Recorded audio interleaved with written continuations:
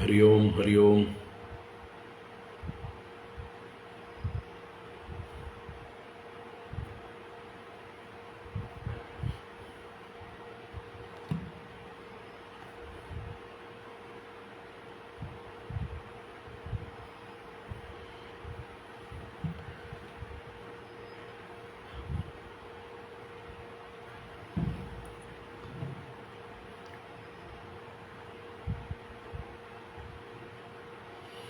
ഓം ഹരി ഓം. എല്ലാവർക്കും നമസ്കാരം.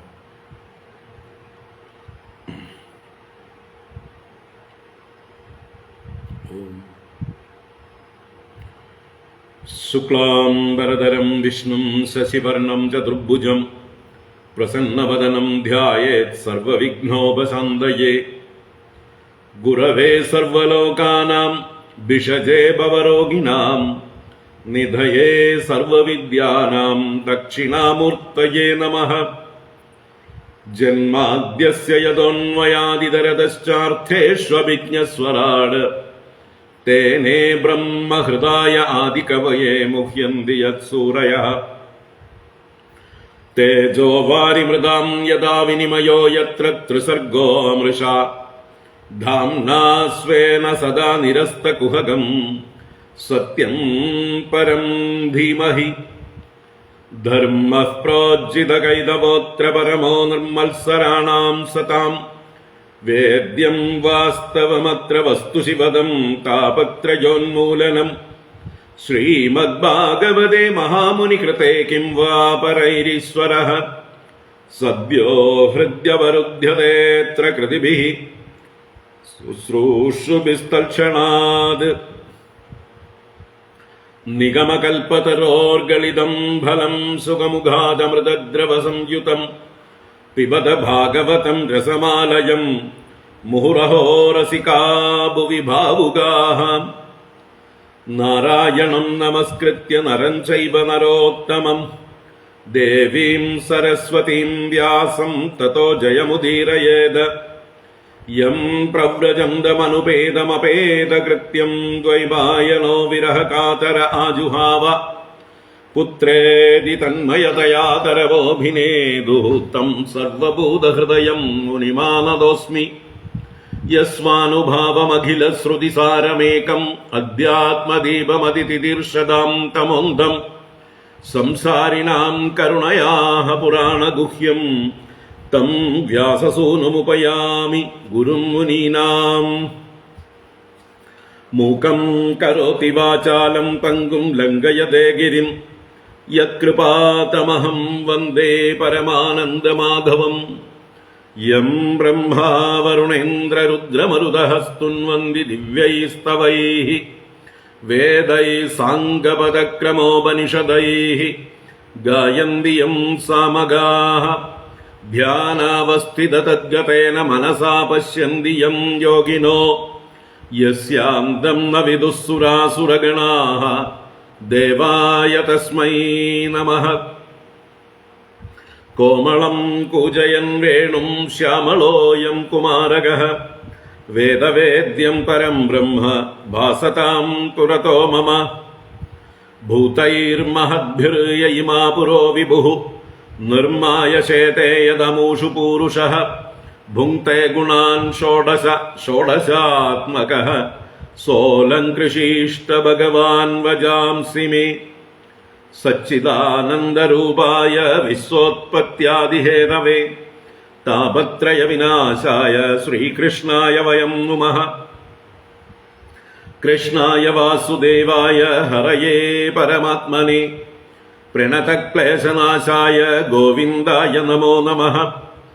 കൃഷ്ണായ വാസുദേവായ ദേവകീനന്ദനായ ച നന്ദഗോപകുമാരായ ഗോവിന്ദായ നമോ നമഃ. നമഃ പങ്കജനാഭായ നമഃ പങ്കജമാലിനേ നമഃ പങ്കജനേത്രായ നമസ്തേ പങ്കജാംഗ്രയേ.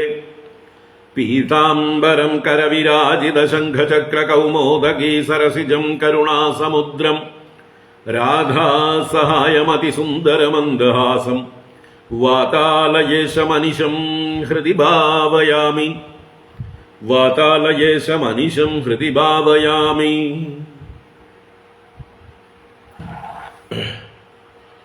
ഓം നമോ ഭഗവതേ വാസുദേവായ. ഓം നമോ നാരായണായ. ഓം ശ്രീ ഗുരുവായൂരപ്പാ ശരണം. ഓം നമഃ പരമഋഷിഭ്യോ നമഃ പരമഋഷിഭ്യഃ. ശ്രീ ഗുരുഭ്യോ നമഃ. ഹരി ഓം. എല്ലാവർക്കും നമസ്കാരം. എല്ലാവർക്കും സുപ്രഭാതം, ശുഭദിനം, സുസ്വാഗതം.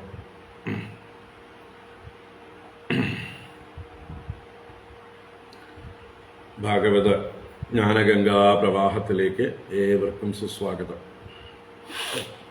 നാരായണ.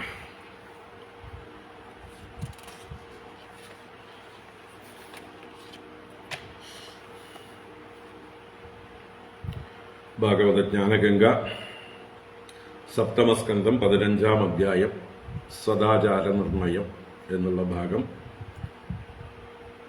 80 ശ്ലോകങ്ങളുള്ള അധ്യായത്തിലെ 27 ശ്ലോകങ്ങൾ വ്യാഖ്യാനിച്ചു. തുറന്നു കാണണം. നമുക്ക് 20-ാം ശ്ലോകം മുതൽക്ക് പാരായണം ചെയ്യാം.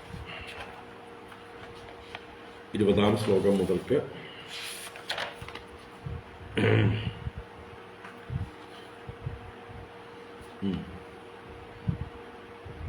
ഒരു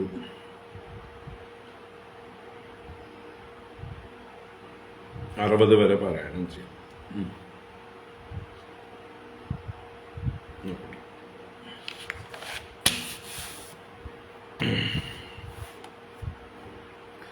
ഓം നമോ ഭഗവതേ വാസുദേവായ. അത ശ്രീമദ്ഭാഗവതേ സപ്തമസ്കന്ധേ 15-ഓധ്യായഃ. നാരദ ഉവാച. 20-ാം ശ്ലോകം മുതൽക്ക്. കാമസ്യാന്തം ചക്ഷുത്രിഭ്യാം ക്രോധസ്യ ഇതദ്ബലോദയാത് ജനോ യാതി ന ലോഭസ്യ ജിത്വാ ഭുക്ത്വാ ദിശോ ഭുവഃ. പണ്ഡിതാ ബഹവോ രാജൻ ബഹുജ്ഞാ സംശയച്ഛിദഃ സദസസ്പദയോപ്യേകേ അസന്തോഷാത് പതന്ത്യധഃ. അസങ്കൽപാജ്ജയേത് കാമം ക്രോധം കാമവിവർജനാത് അർത്ഥാനർത്ഥേക്ഷയാ ലോഭം മയം ഭയം തത്വാവമർശനാത്. ആന്വീക്ഷിക്യാ ശോകമോഹൗ ദംഭം മഹതുപാശ്രയ യോഗാന്തരായാൻ മൗനേന ഹിംസാം കായാദ്യനീഹയ. കൃപയാ ഭൂതജം ദുഃഖം ദൈവം ജഹ്യാത് സമാധിന ആത്മജം യോഗവീര്യേണ നിദ്രാം സത്വനിഷേവയാ. രജസ്തമശ്ച സത്വേന സത്വം ചോപശമേന ച ഏതത് സർവം ഗുരൗ ഭക്ത്യാ പുരുഷോ ഹ്യഞ്ജസാ ജയേത്. യസ്യ സാക്ഷാത് ഭഗവതി ജ്ഞാനദീപപ്രദേ ഗുരൗ മർത്യാ സദ്ഭീ ശ്രുതം തസ്യ സർവം കുഞ്ചരശൗചവത്. ഏഷ വൈ ഭഗവാൻ സാക്ഷാത് പ്രധാനപുരുഷേശ്വരഃ യോഗേശ്വരൈർവിമൃഗ്യാംഗ്രിഃ ലോകോയം മന്യത്തെ നരം. ഷഡ്വർഗസംയമൈകാന്താ സർവാ നിയമചോദനാഃ തദന്താ യതി നോ യോഗാനാവഹേയുശ്രമാവഹാഃ. യദാ വാർത്താദയോ ഹ്യർത്താ യോഗസ്യാർത്ഥം ന ബിഭ്രതി അനർത്ഥായ ഭവേയുസ്തേ പൂർത്തമിഷ്ടം തദാ സതഃ. യശ്ചിത്തവിജയേ യത്തഃ സ്യാന്നിസ്സംഗോ പരിഗ്രഹഃ ഏകോ വിവിക്തശരണോ ഭിക്ഷുർഭിക്ഷാമിദാശനഃ. ദേശേ ശുചൗ സമേ രാജൻ സംസ്ഥാപ്യാസനമാത്മനഃ സ്ഥിരം സമം സുഖം തസ്മിന്നാസീത ഋജ്വംഗോമിതി. പ്രാണാപാനൗ സന്നിരുന്ധ്യാത് പൂരകുംഭകരേചകൈഃ യാവന്മനസ്ത്യജേത് കാമാൻ സ്വനാസാഗ്രനിരീക്ഷണഃ. യതോ യതോ നിസ്സരതി മനഃ കാമഹതം ഭ്രമത് തതസ്തത ഉപാഹൃത്യ ഹൃദിരുന്ധ്യാത് ശനൈർബുധഃ. ഏവമഭ്യസതശ്ചിത്തം കാലേനാൽപീയസായതേഃ അനിശം തസ്യ നിർവാണം യാതി അനിന്ദനവന്നിവത്. കാമാദിഭിരനാവിദ്ധം പ്രശാന്താഖിലവൃത്തിയത് ചിത്തം ബ്രഹ്മസുഖസ്പൃഷ്ടം നൈവോത്തിഷ്ഠേത കർഹിചിത്. യഃ പ്രവ്രജ്യ ഗൃഹാത് പൂർവം ത്രിവർഗാവപനാത് പുനഃ യദി സേവേത താൻ ഭിക്ഷുഃ സ വൈ വാന്താശി അപത്രപഃ. യൈ സ്വദേഹ സ്മൃതോ നാത്മാ മർത്യോ വിക്രമി ഭസ്മസാത് ത്വയേനമാത്മസാത് കൃത്വാ ശ്ലാഘയന്തി ഹ്യസത്തമാഃ ഗൃഹസ്ഥസ്യ ക്രിയാത്യാഗോ വ്രതത്യാഗോ വടോരപി തപസ്വിനോ ഗ്രാമസേവാ ഭിക്ഷോരിന്ദ്രിയലോലത ആശ്രമാപസദാ ഹ്യേതേ ഖൽവാശ്രമവിഡംബകാഃ ദേവമായാ വിമൂഢാംസ്താൻ ഉപേക്ഷേതാനുകമ്പയാ ആത്മാനം ചേദ്വിജാനീയാത് പരം ജ്ഞാനദുദാശയഃ കിമിച്ഛൻ കസ്യ വാ ഹേതോർദേഹം തുഷ്ണാദിലംബടഃ ആഹുശരീരം രഥമിന്ദ്രിയാണി ഹയാൻ അഭീഷൂന്മന ഇന്ദ്രിയേശം വത്മാനി മാത്രാദിഷണാം ച സൂതം സത്വം ബൃഹദ്ബന്ധുരമീശ സൃഷ്ടം അക്ഷം ദശ പ്രാണമധർമ്മധർമ്മൗ ചക്രേഭിമാനം രതിനം ച ജീവം ധനുർഹിതസ്യ പ്രണവം പഠന്തി ശരം തു ജീവം പരമേവ ലക്ഷ്യം രാഗോദ്വേഷശ്ച ലോഭശ്ച ശോകമോഹൗ ഭയം മദഃ മാനോവമാനോ സൂയാ ച മായാ ഹിംസാ ച മത്സരഃ രജഃ പ്രമാദക്ഷുന്നിദ്രാ ശത്രവസ്ത്വേവ മാദയഃ രജസ്തമഃ പ്രകൃതയഃ സത്വപ്രകൃതയഃ ക്വചിത് യാവന്നൃകായരതമാത്മവശോപകൽപം ദത്തേ ഗരിഷ്ഠചരണാർച്ചനയാ നിശാതം ജ്ഞാനാസിമച്യുതബലോ ദദതസ്തശത്രുഃ സ്വരാജ്യതുഷ്ട ഉപശാന്ത ഇദം വിജഹ്യാത് നോ ചേത് പ്രമത്തമസതിന്ദ്രിയവാജിസൂത നീത്തോത്പദം വിഷയദസ്യുഷു നിക്ഷിപന്തി തേദസ്യ സഹയസൂതമമും തമോന്തേ സംസാരകൂപൗരു മൃത്യുഭയേ ക്ഷിപന്തി പ്രവൃത്തം ച നിവൃത്തം ച ദ്വിവിധം കർമ്മ വൈദികം ആവർത്തേത പ്രവൃത്തേന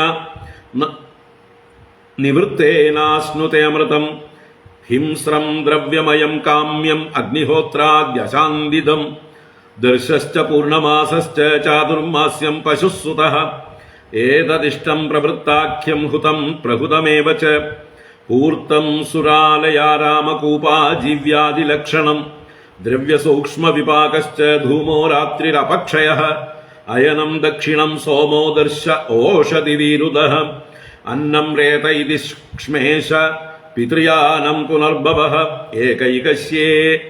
ഏകൈകശ്യേനാനുപൂർവം ഭൂത്വാ ഭൂത്വേഹ ജായത്തെ നിഷേകാദിശ്മശാനാന്തൈഃ സംസ്കാരൈഃ സംസ്കൃതോ ദ്വിജഃ ഇന്ദ്രിയേഷു ക്രിയായജ്ഞാൻ ജ്ഞാനദീപേഷു ജുഹ്വതി ഇന്ദ്രിയാണി മനസ്യൂർമൗ വാചി വൈകാരികം മനഃ വാചം വർണ്ണസമാമ്നായേ തമോങ്കാരേ ന്യസേത് ഓംകാരം ബിന്ദൗ നാദേ തം തം തു പ്രാണേ മഹത്യമും അഗ്നിസൂര്യോ ദിവാ പ്രാഹ്ണഃ ശുക്ലോ രാഗോത്തരം സ്വരാട് വിശ്വശ്ച തൈജസ പ്രാജ്ഞഃ തൂര്യ ആത്മാ സമന്വയാത് ദേവയാനമിദം പ്രാഹുഃ ഭൂത്വാ ഭൂത്വാനുപൂർവശഃ ആത്മയാജി ഉപശാന്താത്മാ ഹ്യാത്മസ്ഥോ ന നിവർത്തത്തെ യ ഏതേ പിതൃദേവാനാമയനേ വേദ നിർമ്മിതേ ശാസ്ത്രേണ ചക്ഷുഷാ വേദ ജനസ്ഥോപി ന മുഹ്യതി ആദൗ അന്തേ ജനാനാം സദ്ബഹിരന്തഃ പരാപരം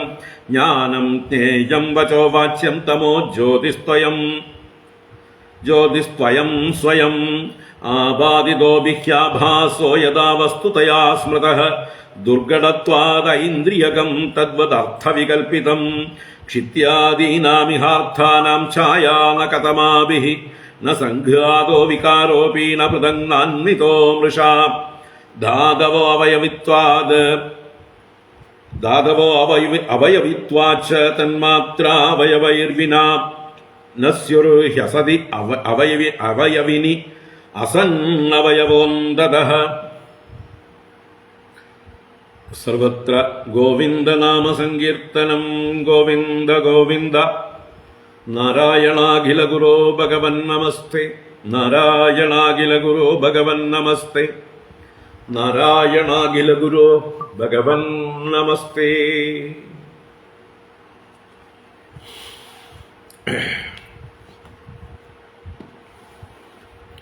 ഹരി ഓം. എല്ലാവർക്കും ഒരിക്കൽ കൂടെ നമസ്കാരം, സുപ്രഭാതം, ശുഭദിനം.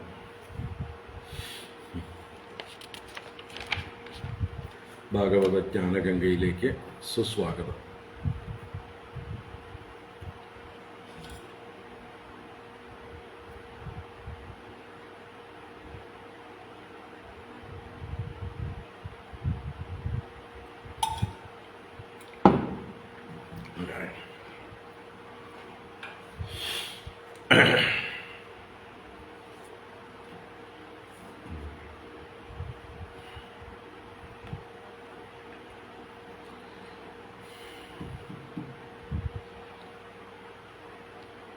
അപ്പോൾ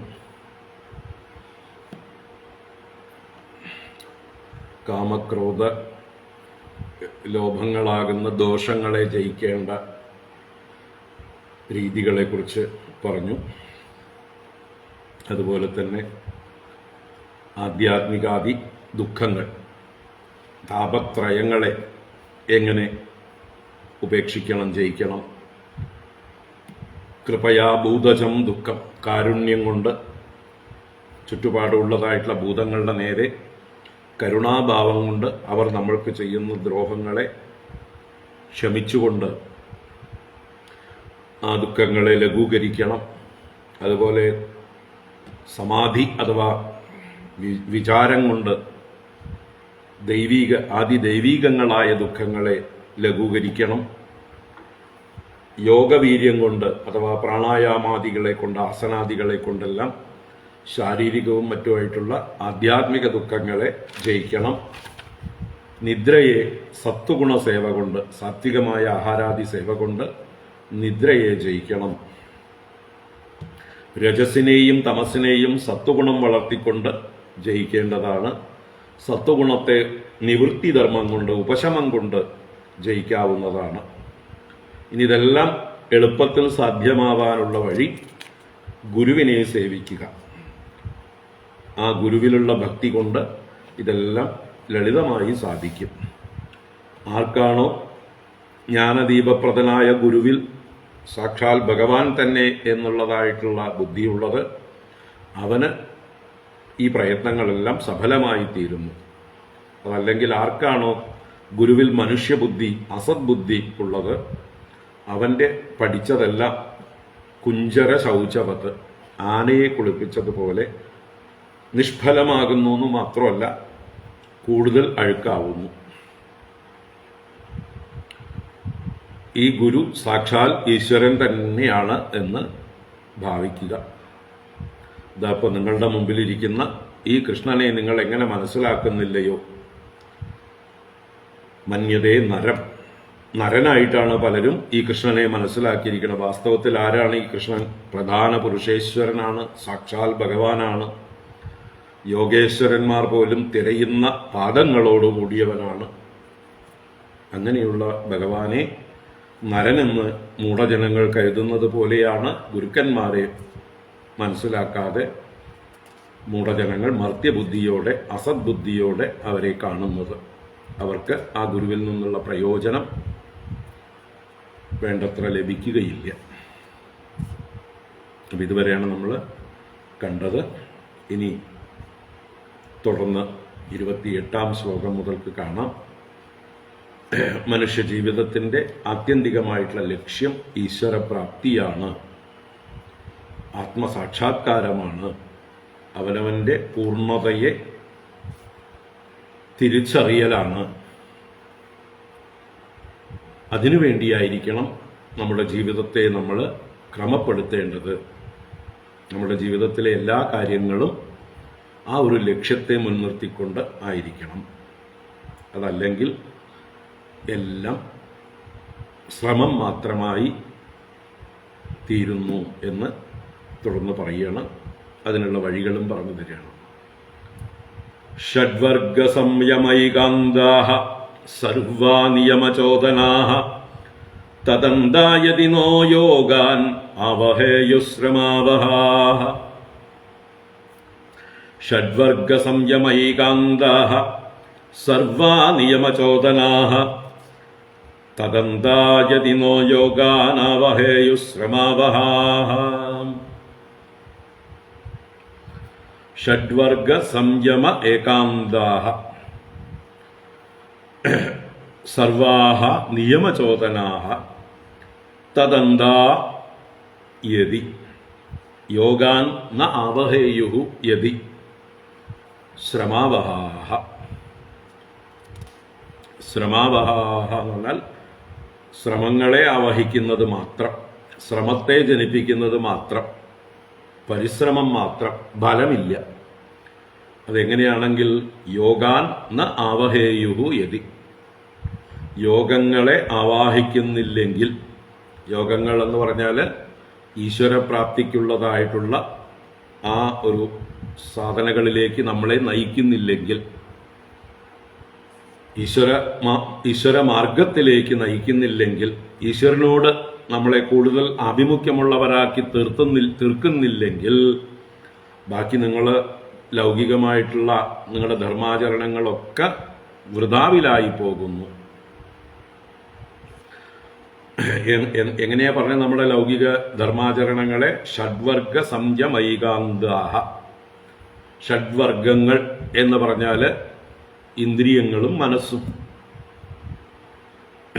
5 ജ്ഞാനേന്ദ്രിയങ്ങളെയും മനസ്സിനെയും അതിനാണ് ചേർത്ത് ഷഡ്വർഗങ്ങൾ എന്ന് പറയുന്നത്. ആ ഷഡ്വർഗങ്ങളുടെ സംയമം ചെയ്യുക, അതിനെ സമ്യക്കായി യമിക്കുക, അടക്കുക, അതാകുന്ന ലക്ഷ്യം. ഏകാന്തം എന്ന് പറഞ്ഞാൽ അന്തത്തിൽ ഏക ലക്ഷ്യം. അപ്പൊ ഇന്ദ്രിയങ്ങളെയും മനസ്സിനെയും അടക്കൽ മാത്രമാകുന്ന ലക്ഷ്യത്തോടുകൂടെയും നിങ്ങൾ നിയമചോദനകൾ എന്ന് പറഞ്ഞാൽ, നിയമങ്ങൾ എന്ന് പറഞ്ഞാൽ ശാസ്ത്രവിധികൾ, ചോദനകൾ എന്ന് പറഞ്ഞാൽ പ്രേരണകൾ. അപ്പൊ ശാസ്ത്രങ്ങൾ നമ്മളോട് പലതും ചെയ്യാനായിക്കൊണ്ട് പ്രേരിപ്പിക്കുന്നുണ്ട്. നിത്യനൈമിത്തികാദി കർമ്മങ്ങളൊക്കെ ചെയ്യാനായിക്കൊണ്ട് നമ്മളെ ശാസ്ത്രങ്ങൾ പ്രേരിപ്പിക്കുന്നു. ആ ശാസ്ത്രങ്ങളുടെ പ്രേരണകളെല്ലാം തന്നെ വെറും ഇന്ദ്രിയ നിയന്ത്രണങ്ങൾക്കും മനസ്സ് നിയന്ത്രിക്കാനും വേണ്ടി മാത്രമായിട്ട് തീരുമ്പോൾ, തദന്താ എന്ന് പറഞ്ഞാല് അത് തന്നെ ആയിട്ടിരിക്കണം. തദേവ അന്തം, അത് മാത്രമാണ് പരമലക്ഷ്യം എന്ന് വിചാരിക്കുന്നു. ഇന്ദ്രിയ നിയന്ത്രണത്തിന് വേണ്ടിയിട്ടാണ് നമ്മുടെ എല്ലാ പ്രയത്നങ്ങളും എന്ന് കരുതുകയാണെങ്കിൽ, ഈശ്വരാഭിമുഖ്യം ഉണ്ടാക്കുന്നില്ലെങ്കിൽ, യോഗത്തിൻ്റെതായിട്ടുള്ള പ്രയോജനം നമുക്ക് ഇല്ല എങ്കിൽ വെറും ശ്രമാവഹാഹ. അപ്പോ നമ്മുടെ വർണ്ണാശ്രമധർമ്മങ്ങൾ അനുഷ്ഠിക്കുന്നത്, നമ്മുടെ നിത്യനൈമിത്തിക കർമ്മങ്ങൾ ചെയ്യുന്നത്, സദാചാരം അനുഷ്ഠിക്കുന്നത് ഒക്കെ വെറുതെ മനുഷ്യനെ ഡിസിപ്ലിൻ ചെയ്യാൻ വേണ്ടി മാത്രമല്ല, ഇന്ദ്രിയ നിയന്ത്രണം ചെയ്യാൻ വേണ്ടി മാത്രമല്ല. അങ്ങനെ ആവുമ്പോൾ അത് വെറും സ്ട്രെസ്സായിട്ട് മാറും. അത് ആനന്ദമായിട്ട് മാറണമെങ്കിൽ ഇതുകൊണ്ട് വലിയൊരു പ്രയോജനം നമുക്ക് ലഭിക്കണം. ഈ പ്രയത്നങ്ങളെ കൊണ്ട് വലിയൊരു ലക്ഷ്യം പ്രാപിക്കാൻ കഴിയണം. അപ്പൊ എന്താണ് ആ വലിയ ലക്ഷ്യം?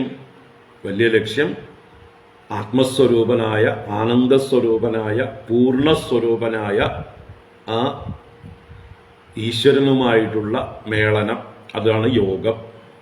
അപ്പൊ ആ യോഗത്തിലേക്ക് എത്തിച്ചില്ലെങ്കിൽ, ഈശ്വരപ്രാപ്തിയിലേക്ക് നമ്മളെ എത്തിച്ചില്ലെങ്കിൽ, വെറുതെ കുറെ അനുഷ്ഠാനങ്ങൾ മാത്രമാണെങ്കിൽ, ആ അനുഷ്ഠാനങ്ങളെ കൊണ്ട് മനുഷ്യനെ ഡിസിപ്ലിൻ ചെയ്യാന്ന് മാത്രമാണ് ഉദ്ദേശിക്കുന്നതെങ്കിൽ ആർക്കും അത് ഇഷ്ടാവില്ല.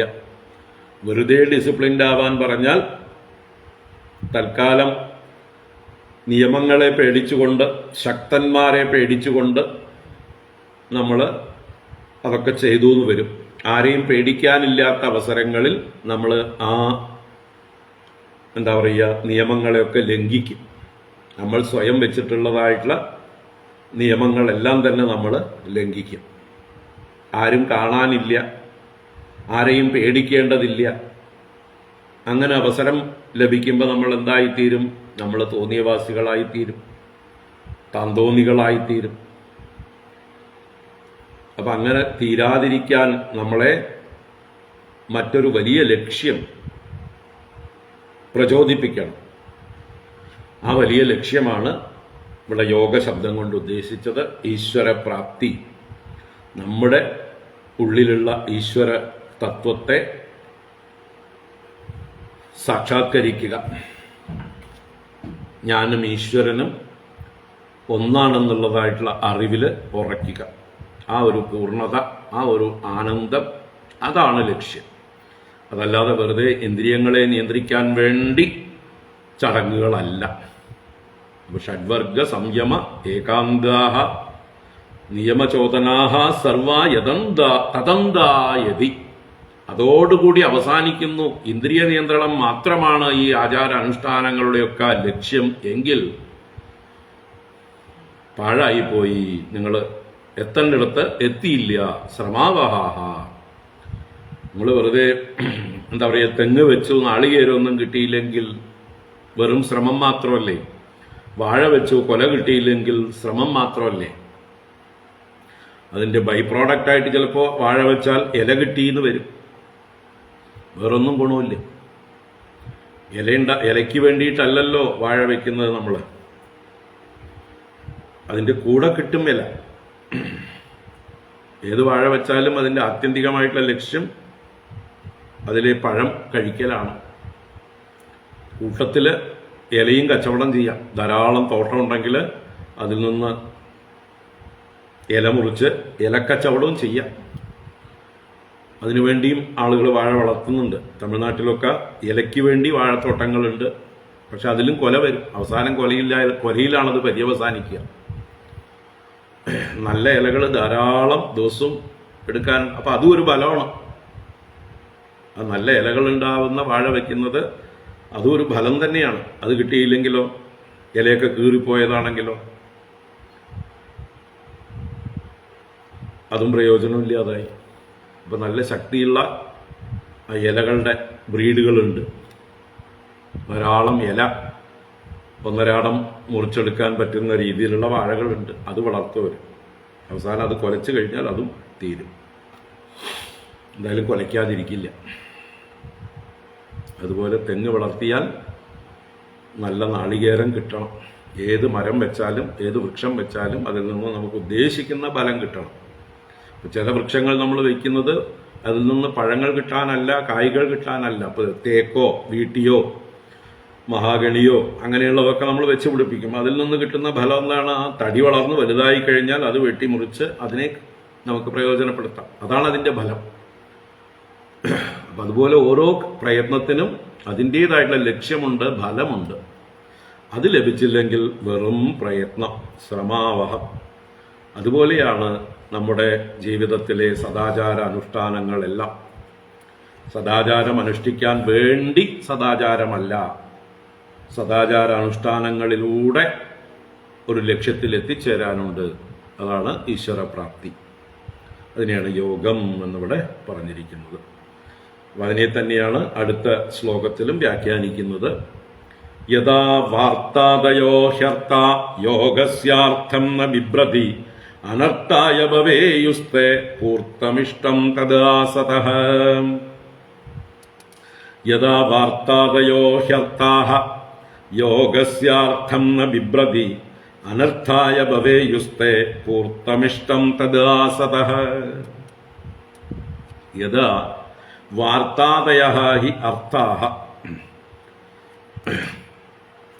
യഥാ എപ്രകാരമാണോ വാർത്താദയഃ, വാർത്താദയഃ എന്ന് പറഞ്ഞാൽ വൃത്തി. വാർത്ത എന്നുള്ളത് വൃത്തി തന്നെയാണ്. എന്താ വൃത്തി? ഉപജീവന മാർഗങ്ങൾ. ഓരോരുത്തർക്കും ഓരോന്നാണ് വാർത്ത എന്ന് വെച്ചാൽ കൃഷിക്കാർക്ക് കൃഷി, ഗോരക്ഷ, വാണിജ്യം മുതലായതാണ് അവരുടെ ഉപജീവന മാർഗം. അതുപോലെ മറ്റുള്ള ഓരോരുത്തർക്കും അവരവരുടേതായിട്ടുള്ള വൃത്തി. ബ്രാഹ്മണർക്ക് അധ്യയനവും അധ്യാപനവും യജനവും യാചനവും ഭിക്ഷാടനവും, അതുപോലെ ക്ഷത്രിയന്മാർക്ക് അവരുടേതായിട്ടുള്ള രാജ്യഭരണങ്ങളിലൂടെ കിട്ടുന്നതായിട്ടുള്ള കരം അവരുടെ ഉപജീവന മാർഗമാകുന്നു. ഇങ്ങനെ ഓരോരുത്തർക്കും അവരവരുടേതായിട്ടുള്ള വാർത്ത. ശൂദ്രന്മാരുടെ വാർത്ത എന്ന് പറഞ്ഞാൽ മറ്റ് 3 വർണ്ണങ്ങളെ സേവിക്കുക, അതാണ് അവരുടെ വാർത്ത. വാർത്ത എന്ന് പറഞ്ഞാൽ വൃത്തി. അപ്പോൾ വാർത്തകളും അർത്ഥാഹ അതിൻ്റെ പ്രയോജനങ്ങളും, അർത്ഥങ്ങളെന്നാൽ അതിൽ നിന്ന് ലഭിക്കുന്ന ബലം, അവയുടെ ഫലങ്ങളും യോഗസ്യ അർത്ഥം യഥാ ന ബിഭ്രതി.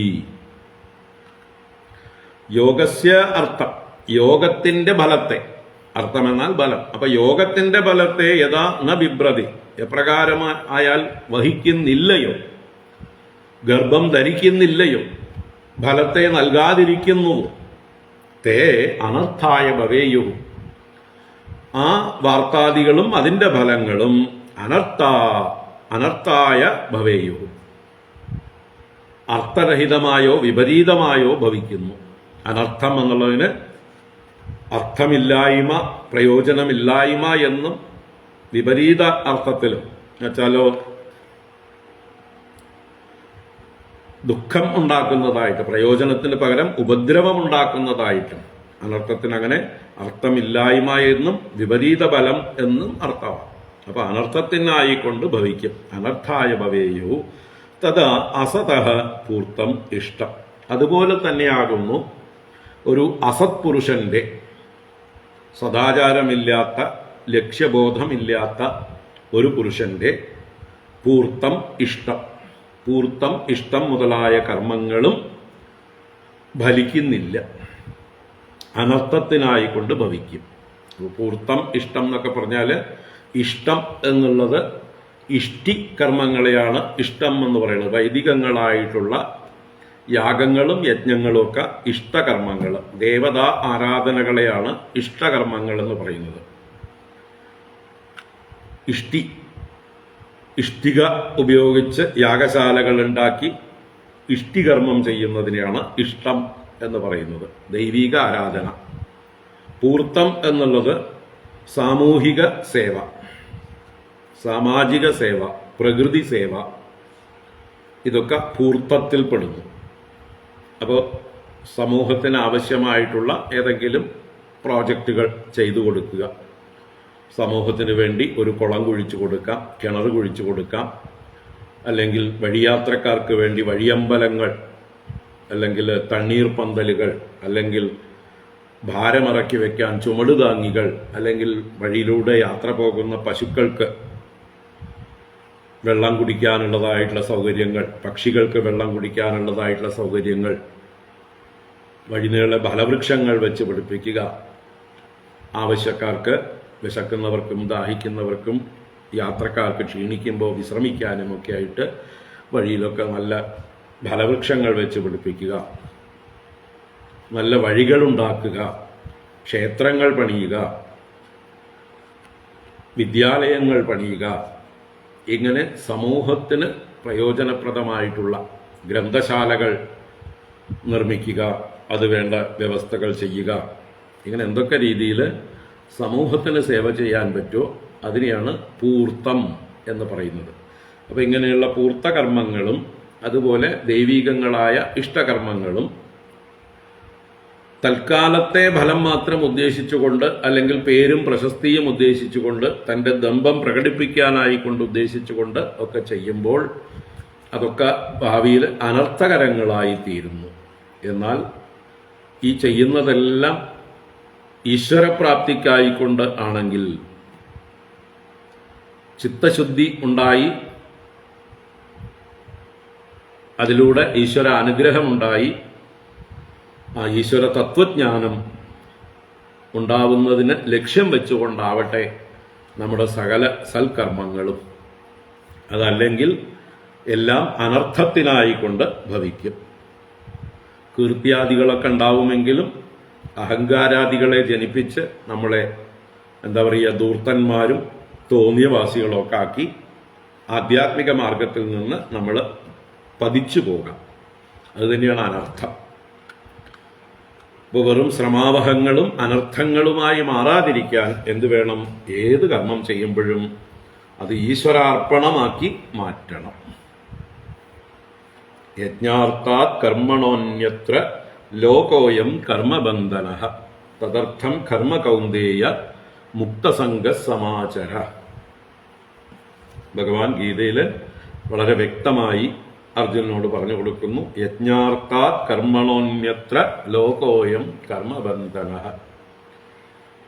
യജ്ഞാർത്ഥമായ കർമ്മങ്ങളിൽ നിന്ന് അന്യമായിട്ടുള്ള കർമ്മങ്ങൾ കർമ്മബന്ധനത്തിന് കാരണമായി തീരുന്നു. അതുകൊണ്ട് തദർത്ഥം, യജ്ഞാർത്ഥം കർമ്മ കൗന്ദേയ മുക്തസംഘ സമാചര. സംഘം വെടിഞ്ഞുകൊണ്ട് ആ യജ്ഞത്തിനായിക്കൊണ്ട് കർമ്മം ചെയ്താലും, യജ്ഞത്തിനായിക്കൊണ്ട് എന്ന് പറയുമ്പോൾ യജ്ഞസ്വരൂപനായ ഭഗവാനായിക്കൊണ്ട്, യജ്ഞോ വൈ വിഷ്ണു, അപ്പൊ യജ്ഞസ്വരൂപനായ വിഷ്ണുവിങ്കൽ സമർപ്പിച്ചുകൊണ്ട് വിഷ്ണു പ്രസാദിക്കട്ടെ, സർവവ്യാപിയായ ഭഗവാൻ പ്രസാദിക്കട്ടെ എന്നുള്ള ഭാവനയോടുകൂടെ സകല കർമ്മങ്ങളെയും സമർപ്പിക്കുമ്പോൾ അത് ചിത്തശുദ്ധിക്കും ആത്മജ്ഞാന പ്രാപ്തിക്ക് നമ്മളെ അധികാരികളാക്കുന്നതിലേക്കും ഉയർത്തുന്നു. അല്ലെങ്കിൽ ഇതൊക്കെ വെറും അനുഷ്ഠാനങ്ങൾ മാത്രമാക്കി, ചടങ്ങുകൾ മാത്രമാക്കി, ഇത് ഞാൻ ഇന്ന കുലത്തിൽ ജനിച്ചവൻ അതുകൊണ്ട് ഞാനിത് ചെയ്യുന്നു, എൻ്റെ പിതാമഹന്മാർ എനിക്ക് പകർന്നു തന്ന ഒരു സംസ്കാരം അത് ഞാൻ നിലനിർത്താൻ വേണ്ടി ശ്രമിക്കുന്നു എന്നൊക്കെ വിചാരിച്ച് ചെയ്താൽ അതിൽ ന്യൂനതകളുണ്ട്. അപ്പോൾ അതിൽ നമുക്ക് ഏതെങ്കിലുമൊക്കെ കാരണങ്ങളാൽ പലതരത്തിൽ നമ്മൾ വെള്ളം ചേർക്കാനായിട്ട് ശ്രമിക്കും, കോംപ്രമൈസ് ചെയ്യാനായിട്ട് ശ്രമിക്കും. കാരണം അവിടെ കമ്മിറ്റ്മെന്റ് ഇല്ല. കമ്മിറ്റ്മെന്റ് ആകെ ഉള്ളത് പിതൃപിതാമഹന്മാരോടുള്ള കമ്മിറ്റ്മെന്റേ ഉള്ളൂ. അവർ ചെയ്തിരുന്നു, ആ സമൂഹത്തിൽ ഞാൻ ജീവിക്കുന്നത് കൊണ്ട്, ആ സമൂഹം എന്നെ അംഗീകരിക്കേണ്ടത് കൊണ്ട്, ഞാനൊരു സാമൂഹ്യ ജീവിയായതുകൊണ്ട്, എനിക്ക് മറ്റുള്ളവരുടെയൊക്കെ സഹായങ്ങൾ പല കാര്യങ്ങൾക്കും ആവശ്യമുള്ളത് കൊണ്ട് ഞാനത് യാന്ത്രികമായിട്ട് അവരെ ബോധ്യപ്പെടുത്താൻ വേണ്ടി അനുഷ്ഠിക്കുന്നു. ചുറ്റുപാടുള്ള ബന്ധുജനങ്ങളെയും എൻ്റെ സമൂഹത്തിലുള്ള ആൾക്കാരെയും ബോധ്യപ്പെടുത്താൻ വേണ്ടി ഞാൻ എന്തൊക്കെയോ കാട്ടിക്കൂട്ടുന്നു.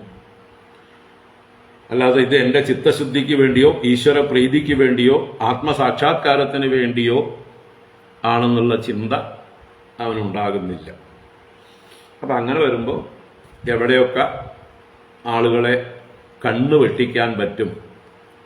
കാരണം നമ്മുടെ ചുറ്റുമുള്ളതൊക്കെ സാധാരണക്കാരാണ്, മനുഷ്യരാണ്. അവരെ കണ്ണുവെട്ടിക്കാൻ എളുപ്പമാണ് നമുക്ക് പല രീതിയിൽ ന്യായീകരിച്ചുകൊണ്ട് അവരെ വഞ്ചിക്കാം.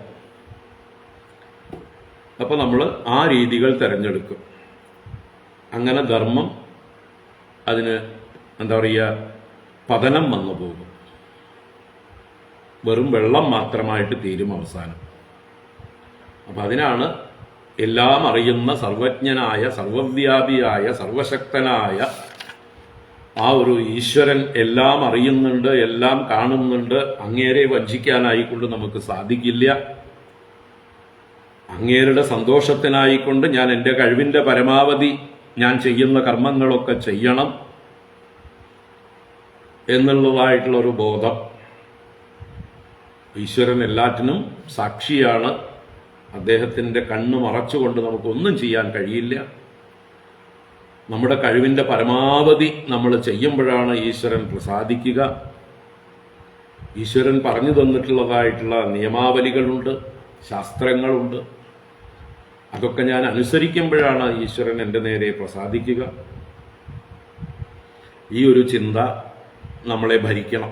ഏത് കർമ്മം ചെയ്യുമ്പോഴും ആ ചിന്തയിലിരുന്നു കൊണ്ട് വേണം നമ്മൾ ആ സത്കർമ്മങ്ങളെ ചെയ്യാനായിക്കൊണ്ട്.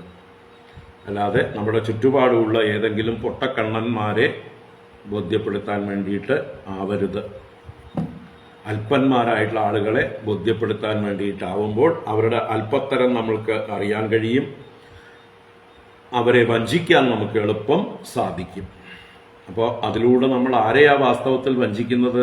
ആത്മവഞ്ചനയാണ് ചെയ്യുന്നത്. നമ്മൾ നമ്മളെ തന്നെയാണ് വഞ്ചിക്കുന്നത്. അപ്പോൾ ആ വഞ്ചന ഇല്ലാതിരിക്കാൻ ധർമ്മ പ്രോജ്ജിത കൈതവോത്ര പരമോ നിർമ്മത്സരാണാം സതാം. പ്രോജ്ജിത കൈതവ ധർമ്മ, കൈതവം വെടിഞ്ഞ ധർമ്മം. കളവില്ലാത്ത ധർമ്മം നമ്മൾ ആചരിക്കണമെങ്കിൽ അത് ഭഗവാനിൽ സമർപ്പിച്ചതായിരിക്കണം.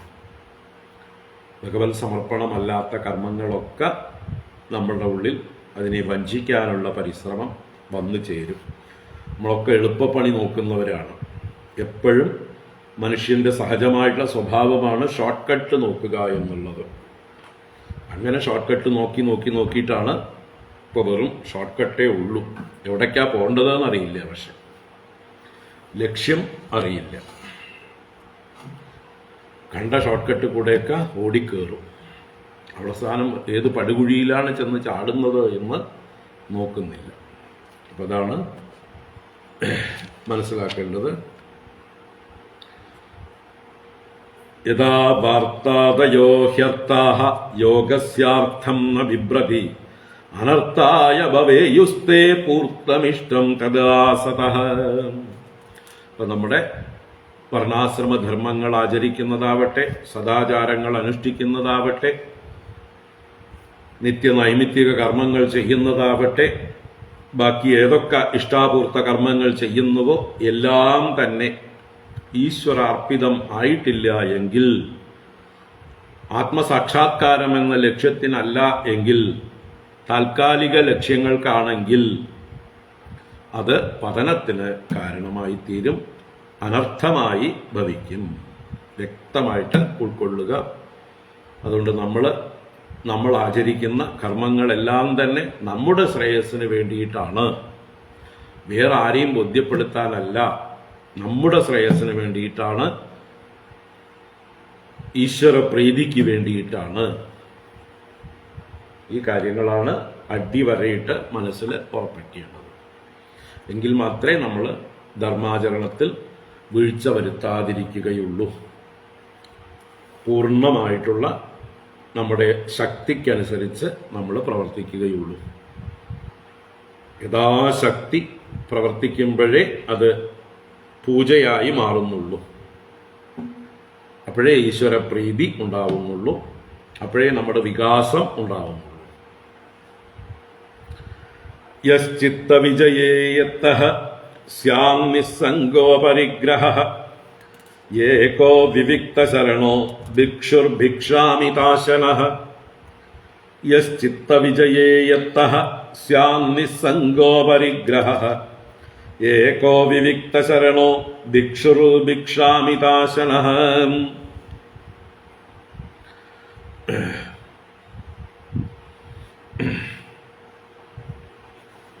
ഇനി തുടർന്ന്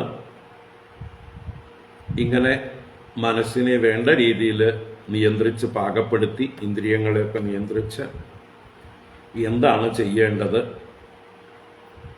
ജീവിതത്തിൻ്റെ ലക്ഷ്യപ്രാപ്തിക്ക് വേണ്ടി എന്താ പറയുക, അവസാന ലാപ്പ് ഓട്ടം അല്ലേ, വലിയൊരു മാരത്തോൺ ഓടിക്കൊണ്ടിരിക്കുമ്പോൾ ആദ്യമേ വളരെ വേഗത്തിൽ ഓടാൻ പാടില്ല. ഒരു 25 കിലോമീറ്റർ ഓടാനുണ്ടെങ്കിൽ ആദ്യത്തെ കിലോമീറ്റർ തന്നെ സ്പ്രിന്റ് ഓടും പോലെ വളരെ ശക്തിയായിട്ട് ഓടിക്കഴിഞ്ഞാൽ എത്ര കിലോമീറ്റർ പൂർത്തീകരിക്കാൻ പറ്റും എന്നുള്ളതിന് യാതൊരു ഉറപ്പുമില്ല. എവിടെ വീണു എന്ന് ചോദിച്ചാൽ മതി. അപ്പം അതുപോലെ ദീർഘദൂരം ഓടുമ്പോൾ ആദ്യം പതുക്കെ ഓടി പിന്നെ പതുക്കെ ഗിയർ മാറ്റിക്കൊണ്ട് സ്പീഡ് കൂട്ടിക്കൊണ്ട് അവസാനത്തെ ലാപ്പ് മറ്റുള്ള എതിരാളികളെയൊക്കെ പിന്നിലാക്കിക്കൊണ്ട് വളരെ തൻ്റെ സർവശക്തിയും എടുത്ത് ഓടും. അവിടേക്ക് എനർജി സംഭരിച്ചു വെച്ചിരിക്കുകയാണ് ഈ ഓട്ടക്കാരൊക്കെ. എന്നിട്ട് അവർ വിജയം നേടുന്നു. അപ്പം അതുപോലെ നമ്മുടെ ജീവിതത്തിലെ അവസാന ലാപ്പാണ് ഈ ഗൃഹസ്ഥാശ്രമം. അതിലൂടെ സാധിക്കേണ്ട കാര്യങ്ങളൊക്കെ സാധിച്ച് അതിലൂടെ പാകത നേടി ചിത്തശുദ്ധി നേടി ആത്മജ്ഞാനത്തിനായിക്കൊണ്ടുള്ള സാധനകളെ തീവ്രമാക്കേണ്ടത്. അപ്പൊ അതിലേക്ക് കടക്കുകയാണ്. യഹ ചിത്തവിജയേ യത്തഃ നിസ്സംഗഃ അപരിഗ്രഹഃ ഭിക്ഷുഃ ഭിക്ഷാമിതാശനഃ വിവിക്തശരണഃ ഏകഃ സ്യാത്. സ്യാത് ഭവേത് എന്നാണ് അർത്ഥം. സ്യാത് എന്ന് പറഞ്ഞാൽ ഭവിക്കേണ്ടതാണ്. You have to become. എങ്ങനെയായിരിക്കണം? ആരാണോ യഹ ചിത്തവിജയേ യത്തഃ, തൻ്റെ ചിത്തവിജയത്തിൽ യത്തഃ എന്ന് പറഞ്ഞാൽ യത്നം ചെയ്യുന്നവൻ, പ്രയത്നം ചെയ്യുന്നവൻ. ചിത്തവിജയത്തിൽ പ്രയത്നിക്കുന്ന ഒരുവൻ നിസ്സംഗ, നിസ്സംഗതയെ ആർജിക്കണം.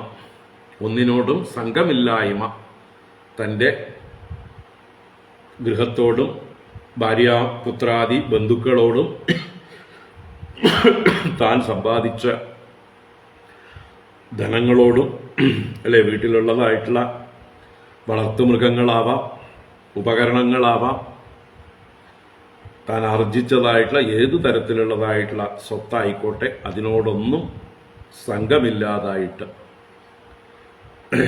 അത് വളർത്തിക്കൊണ്ടുവരണം. നിസ്സംഗത വളർത്തിക്കൊണ്ടുവരണം. അപ്പോൾ നിസ്സംഗ, സംഘത്തിൽ നിന്ന് വിട്ടവനായിട്ട്, അപരിഗ്രഹ, പരിഗ്രഹമില്ലാതെ എന്ന് വെച്ചാൽ പൊസഷൻസ് ഒന്നും കയ്യിലില്ലാതെ, തൻ്റെ കയ്യിലുള്ള വസ്തുക്കളെയൊക്കെ നിസ്സാരമായി കണ്ട് ഇതൊന്നുമല്ല എൻ്റെ ജീവിത ലക്ഷ്യം എന്ന് വിചാരിച്ചുകൊണ്ട് അവയൊക്കെ കൈവിട്ടു പോകാൻ, ഉപേക്ഷിക്കാൻ ഉള്ള കരുത്ത് ഉണ്ടാകണം, ആർജിക്കണം.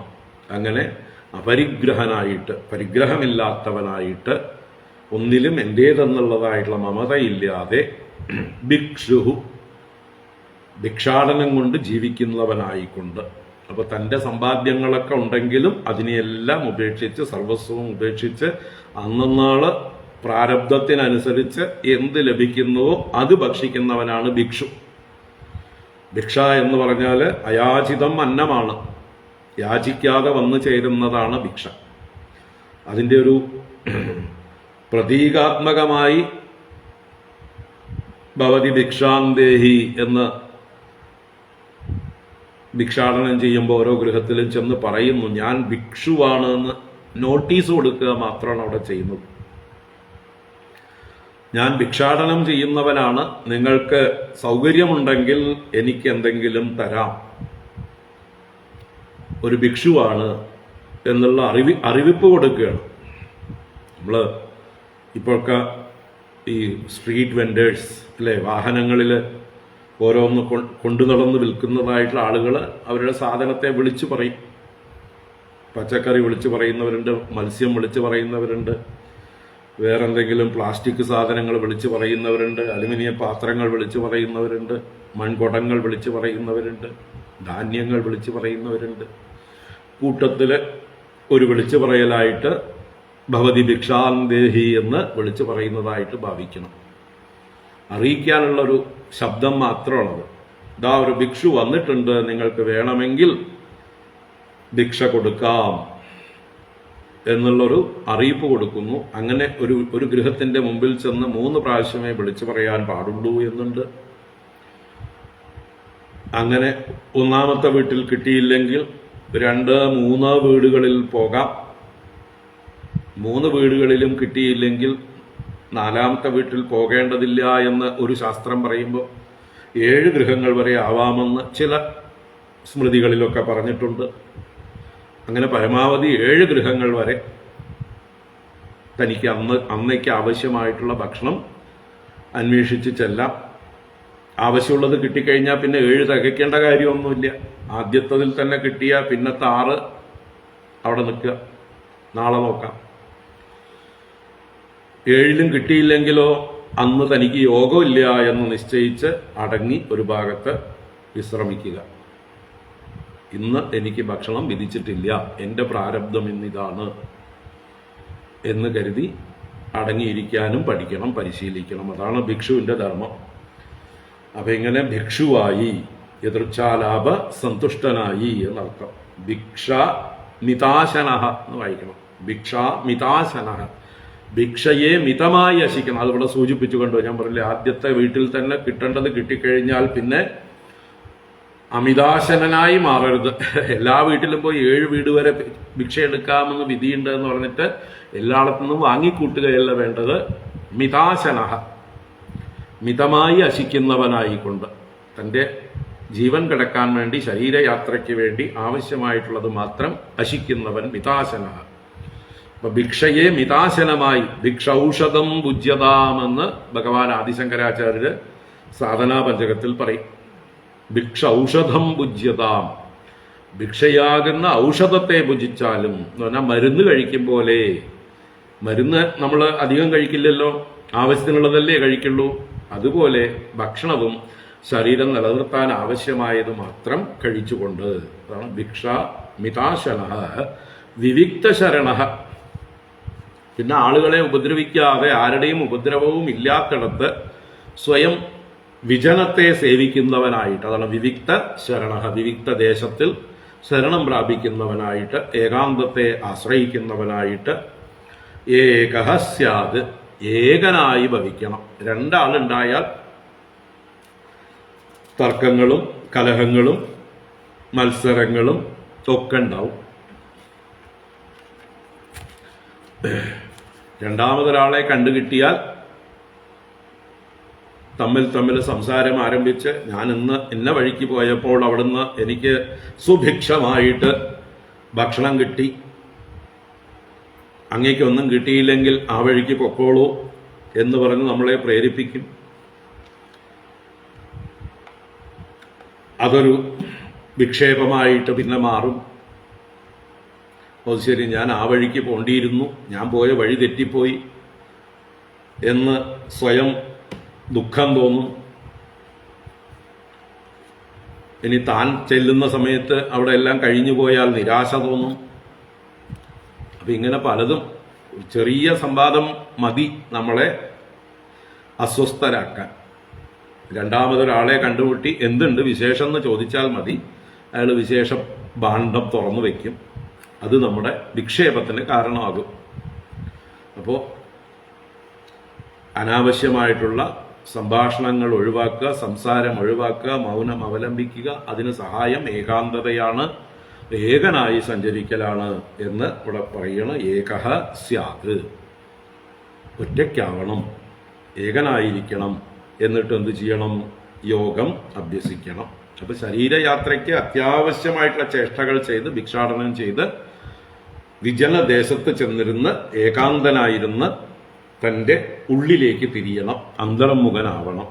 അത് ധ്യാന പദ്ധതി ഇനി തുടർന്ന് പറയണം. ഭഗവത്ഗീതയിൽ ഭഗവാൻ 6-ാം അധ്യായത്തിൽ ധ്യാനയോഗം എങ്ങനെയാണെന്ന് വർണ്ണിക്കുന്നുണ്ട്. ഇനിയും ഈ ഭാഗവതത്തിൽ മുമ്പും കപിലോപദേശത്തിൽ അമ്മയ്ക്ക് പറഞ്ഞു കൊടുത്തു കപില ഭഗവാൻ. അതുപോലെ ഇനി ഏകാദശ സ്കന്ധത്തിൽ ഭഗവാൻ ഉദ്ധവന് ഉപദേശിക്കുന്നുണ്ട്. അപ്പോൾ ആ കൂട്ടത്തിൽ ഇതാ ഇവിടെ നാരദ മഹർഷി യുധിഷ്ഠിരന് ഈ സദാചാര നിർണയം പറയുന്ന കൂട്ടത്തിൽ പറഞ്ഞു കൊടുക്കുന്നു. മുമ്പ് സുഖബ്രഹ്മർഷി പരീക്ഷത്തിന് ഉപദേശിച്ചിരുന്നു. ഇതെല്ലാം ആവർത്തിച്ച് പറഞ്ഞിട്ടുള്ളത് തന്നെയാണ്. ദേശേഷു ചൗ സമേ രാജൻ സംസ്ഥാപ്യാസനമാത്മനഃ സ്ഥിരം സമം സുഖം തസ്മിൻ ആസീത ഋജ്വംഗ ഓമിതി. ദേശേഷു ചൗ സമേ രാജൻ സംസ്ഥാപ്യാസനമാത്മനഃ സ്ഥിരം സമം സുഖം തസ്മിൻ ആസീത ഋജ്വംഗ ഓമിതി. ദേശേ ശുചൗ സമേ രാജൻ സംസ്ഥാപ്യ ആസനം ആത്മനഃ. അപ്പൊ ഹേ രാജൻ, അല്ലയോ മഹാരാജാവേ, യുധിഷ്ഠിര രാജാവേ, അങ്ങ് ഇങ്ങനൊരവസ്ഥയിലെത്തിയാൽ ഏകനായി ഭിക്ഷുവായി ചെന്ന് ഏകാന്തതയിൽ ഇരുന്ന് എന്ത് ചെയ്യണം? നല്ലൊരു ശുചിയായ ദേശം തിരഞ്ഞെടുക്കണം.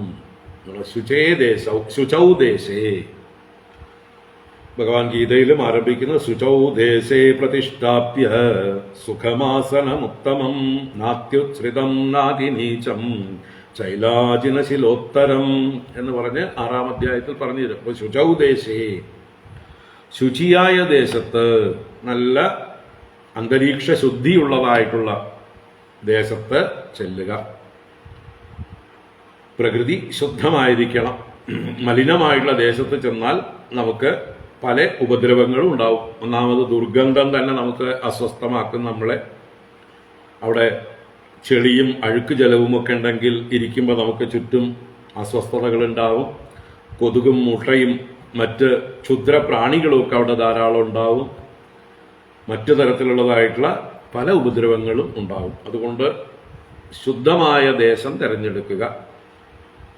ഇനി നമ്മളാൽ ഒന്നുകൂടെ ശുദ്ധി ചെയ്യണമെന്നുണ്ടെങ്കിൽ നമ്മളെ കൊണ്ടാവുന്ന രീതിയിൽ അവിടെ ഒന്ന് എന്താ പറയുക, ചപ്പു ചവറുകളൊക്കെ ഉണ്ടെങ്കിൽ ഒന്ന് അടിച്ച് ദൂരേക്ക് ആക്കിയിട്ട് നമുക്ക് യാതൊരു ശല്യവുമില്ലാതെ കുറേ നേരം ശാന്തരായിരിക്കാൻ, സ്വസ്ഥരായിരിക്കാൻ പാകത്തിനാക്കിയെടുക്കുക.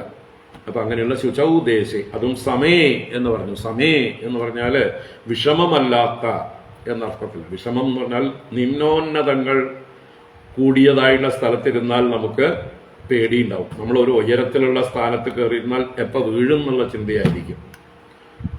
കുഴിയിലിരുന്നാൽ നമ്മുടെ തലയിൽ വേറെന്തെങ്കിലും വന്ന് വീഴുമോ എന്നുള്ള പേടി ഉണ്ടാവും.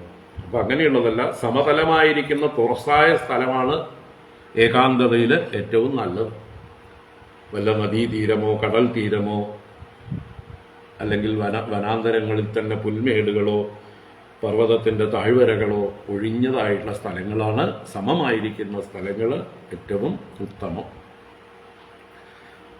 അവിടെ സംസ്ഥാപ്യ ആസനം ആത്മനഃ, ആത്മനഃ ആസനം സംസ്ഥാപ്യ, ആത്മനഃ അവനവന് ഇരിക്കാനുള്ളതായിട്ടുള്ള സ്ഥാനം, ആസനം, അതിനെ സംസ്ഥാപ്യ ഉറപ്പിച്ചിട്ട് ഇവിടെ ഇരിക്കാം എന്ന് തീരുമാനിച്ചു കഴിഞ്ഞാൽ വെറും നിലത്ത് ഇരിക്കരുത്.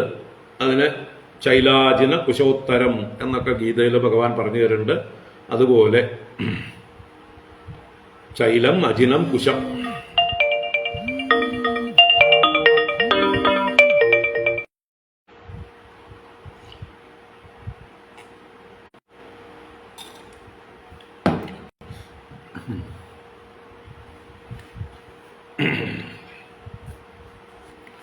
പണ്ട് മൊബൈലൊക്കെ ഉണ്ടായിരുന്നെങ്കിൽ ഇതും കൂടി പറയേണ്ടിയിരുന്നു അല്ലേ?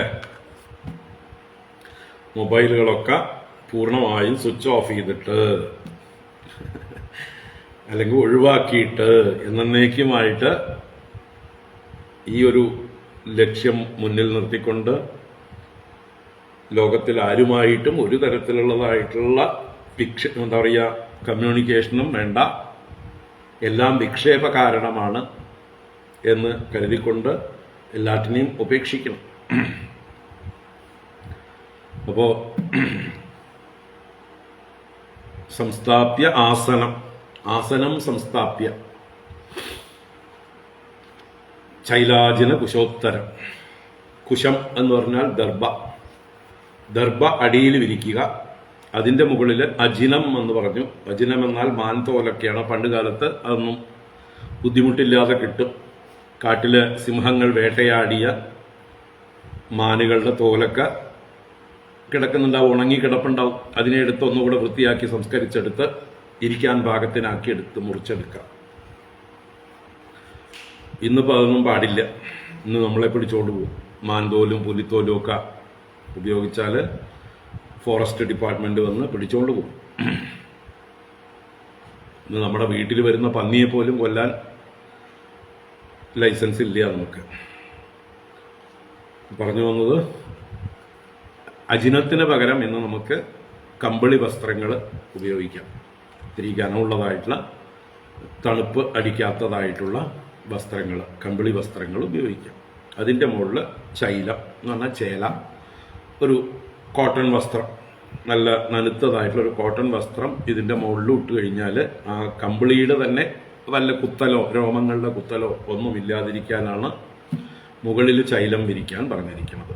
അങ്ങനെ ഏറ്റവും മുകളിൽ ചേലയും തൊട്ട് താഴെ കമ്പിളിയും അതിന് താഴെ ദർഭ എന്നുള്ളതിന് പകരം നമുക്ക് പുല്ലുപായകളോ അല്ലെങ്കിൽ പ്ലാസ്റ്റിക് പായകളോ അല്ലേ എന്താ കിട്ടിയച്ചാൽ അത് വിരിക്കുക. അപ്പോൾ എന്തായാലും ഇങ്ങനെ ആസനം ഉറപ്പിച്ചിട്ട് എങ്ങനെയുള്ള എന്തായിരിക്കണം ആസനത്തിന്റെ സ്വഭാവം? സ്ഥിരം സമം സുഖം. ആസനത്തെ വർണ്ണിച്ചപ്പോൾ പതഞ്ജലിയും വർണ്ണിച്ചിട്ടുണ്ട്. സ്ഥിരം സുഖം ആസനം. നമ്മൾ ധ്യാനത്തിനായിക്കൊണ്ട് ഇരിക്കുന്നതായിട്ടുള്ള ആസനം സ്ഥിരമായിട്ടുള്ളതാവണം. സ്ഥിരം എന്ന് പറഞ്ഞാൽ നമുക്ക് കുറേ നേരം ഉറച്ചിരിക്കാൻ കഴിയണം, ഇളകിക്കൊണ്ടിരിക്കുന്നതാവരുത്. എന്നുവെച്ചാൽ നമ്മുടെ ശരീരത്തിന് ഇളക്കമുണ്ടാകാത്ത രീതിയിലുള്ളതായിട്ടുള്ള ഉറച്ചിരിക്കാൻ പറ്റുന്ന ഒരു ആസന രീതി നമ്മൾ തിരഞ്ഞെടുക്കണം. ഏത് ആസനത്തിലിരുന്നാൽ എന്ന് വെച്ചാൽ പത്മാസനമാകാം, അല്ലെങ്കിൽ സ്വസ്തികാസനമാകാം, അല്ലെങ്കിൽ വജ്രാസനമാകാം, അല്ലെങ്കിൽ സിദ്ധാസനമാകാം, അല്ലെങ്കിൽ സാധാരണ നമ്മൾ പടിഞ്ഞിരിക്കുന്ന ചമ്രം പടിഞ്ഞിരിക്കലാവാം. ഇനി കാലുമടക്കി ഇരിക്കാൻ പറ്റാത്ത നമ്മളെ പോലെയുള്ള ആധുനികന്മാരാണെങ്കിലോ ഉയർന്ന ഒരു ഉറച്ചതായിട്ടുള്ള ഒരു എന്താ പറയുക സ്റ്റൂളോ ബെഞ്ചോ മറിഞ്ഞു വീഴാത്ത രീതിയിലുള്ള അത്രയും വിസ്താരമുള്ള അതിൽ ഇരുന്നു കൊണ്ട് കാല് താഴെ ഇട്ട് വയ്ക്കാം. ഇനി നല്ല ഉറച്ച കസേരയിൽ ഇരുന്നു കൊണ്ട് കാല് താഴോട്ട് ഇട്ടിരിക്കാം. ഏതെങ്കിലും രീതിയിൽ ഉറച്ചിരിക്കുക. അതാണ് സ്ഥിരം എന്നതുകൊണ്ട് ഉദ്ദേശിച്ചത്. നമുക്ക് പേടി ഉണ്ടാവാൻ പാടില്ല, ഞാൻ വീഴുവോ എന്നുള്ളതായിട്ടുള്ള ഒരു അത് മനസ്സിനെ അസ്വസ്ഥമാക്കും, ചഞ്ചലമാക്കും. ഇരിക്കുന്ന ആസനം ആ ഭാവം സ്ഥിരമാകണം. സമം എന്ന് പറഞ്ഞാൽ ബാലൻസ് ആയിട്ടുള്ള സ്ഥലത്ത്, സമമായ സ്ഥലത്ത് ശരീരത്തെയും സമമാക്കിക്കൊണ്ട് മുന്നോട്ടോ പിന്നോട്ടോ ശരീരം കുനിഞ്ഞിരുന്നാൽ ആഞ്ഞിരുന്നാൽ കുറച്ച് കഴിയുമ്പോൾ കണ്ണടച്ച് കഴിയുമ്പോൾ ബാലൻസ് നഷ്ടപ്പെടും, മൂക്കും കുത്തി താഴെ വീഴും. അപ്പൊ സമമായിട്ട് എന്ന് വെച്ചാൽ ഇവിടെ സ്റ്റഡി ആയിട്ട് നടത്തം, നട്ടെല്ല് നിവർത്തി. സമം കായ ശിരോ ഗ്രീവം എന്ന് ഗീതയിൽ പറയും. കായം, ശിരസ്, ഗ്രീവ. കായം ശരീരം, ശിരസ്, ഗ്രീവ എന്ന് പറഞ്ഞാൽ കഴുത്ത്. ഇത് മൂന്നും ഋജുവായിട്ട് ഒരേ ലൈനിൽ വരുന്നത് പോലെ നടത്തുക. അതാണ് ഇവിടുത്തെ സമം. അതിനിവിടെ ഋജു അംഗ എന്നും പ്രത്യേകം എടുത്ത് പറഞ്ഞിട്ടുണ്ട്. അപ്പോൾ സുഖമായിട്ട് കംഫർട്ടബിളായിട്ട് നമുക്ക് ഒരു മുഹൂർത്തം ഇരിക്കാൻ കഴിയണം. ഒരു മുഹൂർത്തം എന്ന് പറഞ്ഞാൽ 48 മിനിറ്റ്, 2 നാഴിക ഇരിക്കാൻ പറ്റുന്ന ആ ഒരു പോസ്ചർ തിരഞ്ഞെടുക്കുക. അതാണ് സ്ഥിരം സമം സുഖം തസ്മിന്ന് ആസീത, അതിൽ ഇരിക്കേണ്ടതാണ്. എങ്ങനെ? ഋജു അംഗ, ഋജുവായ അംഗത്തോടെ നിവർന്നിരുന്ന്, നട്ടെല്ല് നിവർത്തിയിരുന്നു കൊണ്ട്. ഓം ഇതി തുടരുകയാണ്. ഓം എന്ന് ഓങ്കാരത്തെ ഉച്ചരിച്ചുകൊണ്ട് പ്രാണാപാനൗ സന്നിരുന്ധ്യാത് പൂരകുംഭകരേചകൈഃ യാവൻ മനസ്ത്യജേത് കാമാൻ സ്വനാസാഗ്രനിരീക്ഷണഃ. പ്രാണാപാനൗ സന്നിരുന്ധ്യാത് പൂരകുംഭകരേചകൈഃ യാവൻ മനസ്ത്യജേത് കാമാൻ സ്വനാസാഗ്രനിരീക്ഷണഃ. അപ്പോൾ ഓങ്കാരം ഉച്ചരിച്ചുകൊണ്ട് മനസ്സിനെ ശാന്തമാക്കണം, ശ്വാസോച്ഛ്വാസത്തെ ക്രമീകരിക്കണം. സ്റ്റഡി ആയിട്ടുള്ള ശ്വാസോച്ഛ്വാസമാകണം. ഒരേ ഫ്രീക്വൻസിയിൽ പൂരകം, രേചകം ഇതൊക്കെ ഫ്രീക്വൻസി കറക്റ്റ് ആയിരിക്കണം. ഒരു ശ്വാസം വളരെ വേഗത്തിലും അടുത്ത ശ്വാസം വളരെ പതുക്കെയും ആയിട്ടുള്ളതല്ല. ഒരേ മാത്രയായിരിക്കണം. ഉള്ളിലോട്ട് രേചകം ചെയ്യുന്നതും അതേ മാത്ര കുംഭകത്തിലും, അതുപോലെ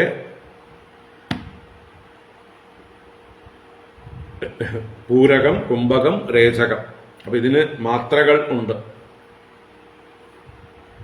1:2, 2:4 എന്നൊരു റേഷ്യോ വെക്കാം. ഒരു മാത്ര കൊണ്ട് ഉള്ളിലോട്ട് പൂരകം ചെയ്താൽ 2 മാത്ര ഉള്ളിൽ കുംഭകം ചെയ്യാം. 4 മാത്ര കൊണ്ട് രേചകം ചെയ്യാം. രേചകം ചെയ്യുന്നത് വളരെ ദീർഘമായിട്ട് പതുക്കെ റിലീസ് ചെയ്യാൻ പഠിക്കണം. അതാണ് നമ്മൾ ഏറ്റവും സ്ട്രെയിനുള്ള പഠിക്കേണ്ട കാര്യം. ബാക്കിയുള്ളത് നമുക്ക് സാധിക്കും. ഈ രേചകം പുറത്തേക്ക് വിടുന്നതിനെയാണ് നിയന്ത്രിക്കേണ്ടത്. അപ്പോൾ അത് കുറച്ച് സമയമെടുത്ത് വിസർജിക്കാൻ, ശ്വാസം വിസർജിക്കാനായിട്ട് അഭ്യസിക്കണം.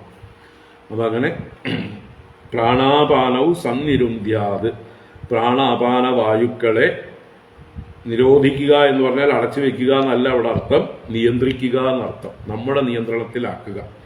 പൂരകുംഭക രേചകൈഹി, പൂരകം, കുംഭകം, രേചകം. പൂരകം ഇൻഹലേഷൻ, കുംഭകം ഉള്ളിൽ സ്തംഭിപ്പിച്ച് നിർത്തൽ, രേചകം പുറത്തേക്ക് എക്സലേഷൻ, വിസർജനം. അപ്പം അങ്ങനെ പ്രാണാപാന വായുക്കളെ ഈ പൂര കുംഭക രേചകങ്ങളെ കൊണ്ട് നിയന്ത്രിക്കേണ്ടതാണ്, നിരോധിക്കേണ്ടതാണ്. അങ്ങനെ പ്രാണായാമം അഭ്യസിക്കുമ്പോൾ മനഃ കാമാൻ യാവത് ത്യജേത്, മനഃ നമ്മുടെ മനസ്സ്, കാമാൻ വിഷയങ്ങളെ കുറിച്ചിട്ടുള്ള ചിന്തകളെ, യാവത് ത്യജേത് ഉപേക്ഷിക്കുന്നത് വരെ, മനസ്സ് വിഷയങ്ങളിൽ നിന്ന് പിന്തിരിഞ്ഞു വരുന്നത് വരെ, മനസ്സിൽ നിന്ന് വിഷയങ്ങളെല്ലാം പോകുന്നത് വരെ ഈ പ്രാണായാമം അഭ്യസിക്കണം. സ്വനാസാഗ്ര നിരീക്ഷണ, സ്വന്തം നാസാഗ്രത്തെ നിരീക്ഷിക്കുന്നവനായി. അപ്പോൾ കണ്ണ്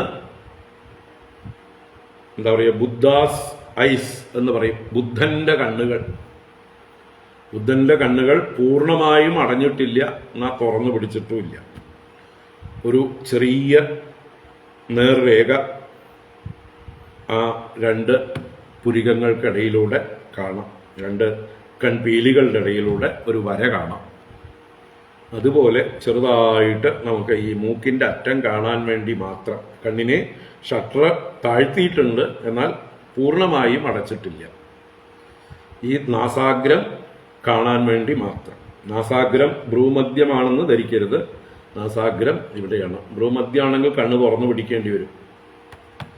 കണ്ണ് തുറന്നു പിടിച്ചാലോ ചുറ്റുപാടുള്ളതൊക്കെ കാണും, ചുറ്റുപാടുള്ളതൊക്കെ കണ്ടാലോ വിക്ഷേപം ആരംഭിക്കും. അപ്പോൾ കണ്ണ് അടച്ചു പിടിക്കണം ചുറ്റുപാടുകളെ കാണാതിരിക്കാൻ.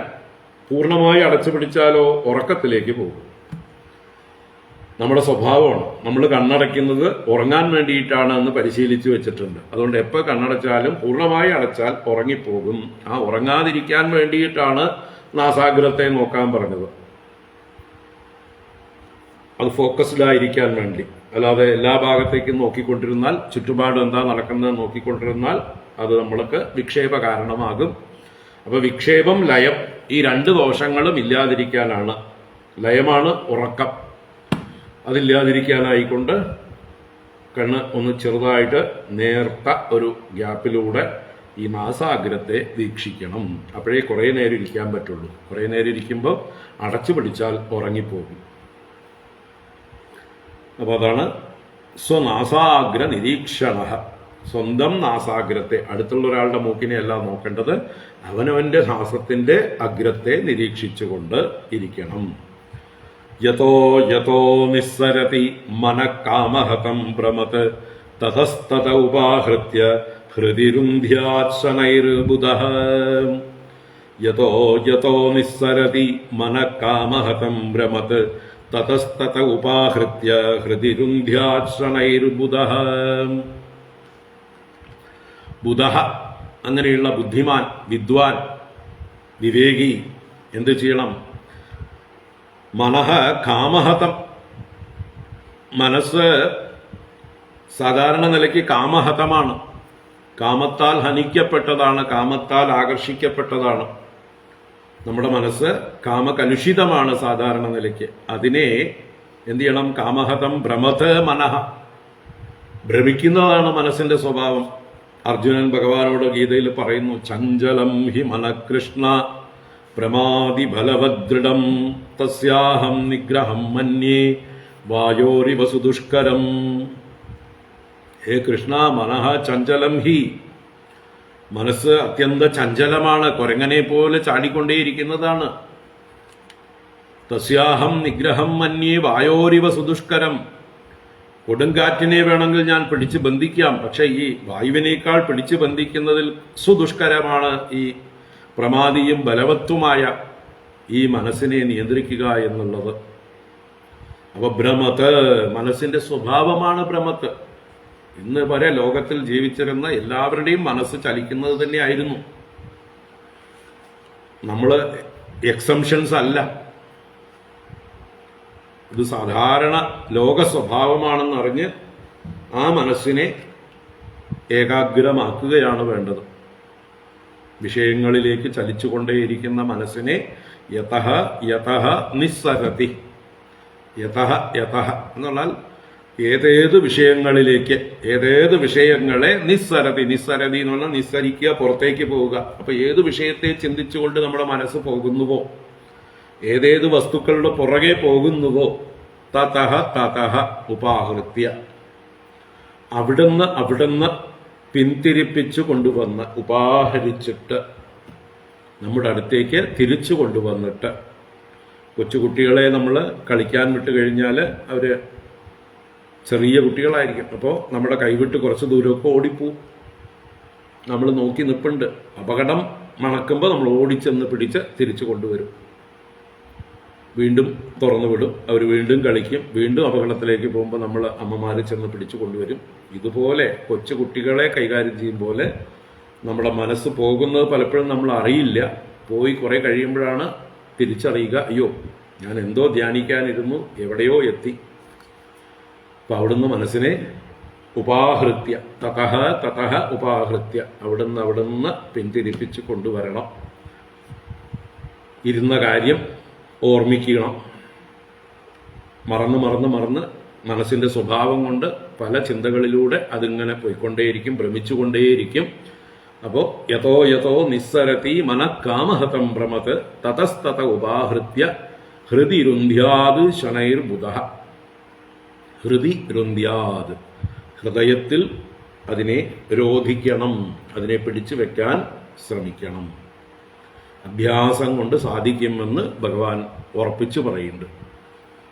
അർജുനന്റെ ചോദ്യത്തിന് ഭഗവാൻ മറുപടിയായിട്ട് പറയുന്നുണ്ട്, അസംശയം മഹാബാഹോ മനോ ദുർനിഗ്രഹം ചലം. സംശയമില്ല, നീ പറഞ്ഞത് ശരി തന്നെയാണ്. മനസ്സ് നിഗ്രഹിക്കാൻ, അടക്കാൻ വളരെ പ്രയാസമുള്ളതാണ്. അത് എപ്പോഴും ചലിച്ചുകൊണ്ടേയിരിക്കുന്നതാണ്, അതിൻ്റെ സ്വഭാവമാണ്.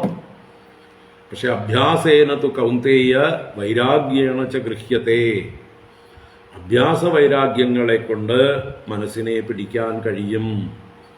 ഇപ്പം നിരന്തരമായ പരിശ്രമം, നമ്മൾ നിരാശരാവാതെ നിരന്തരമായ പരിശ്രമം കൊണ്ട്, അഭ്യാസം കൊണ്ട്, അഭ്യാസം എന്ന് പറഞ്ഞാൽ ഒരേ രീതിയിലുള്ള നിരന്തരമായ പ്രവർത്തനത്തെയാണ് അഭ്യാസം എന്ന് പറയുന്നത്. അപ്പം ഇതാണ് മനസ്സിനെ നിയന്ത്രിക്കാനുള്ളതായിട്ടുള്ള പരിശ്രമം, തുടർന്നുകൊണ്ടേയിരിക്കുക നിരാശരാവാതെ.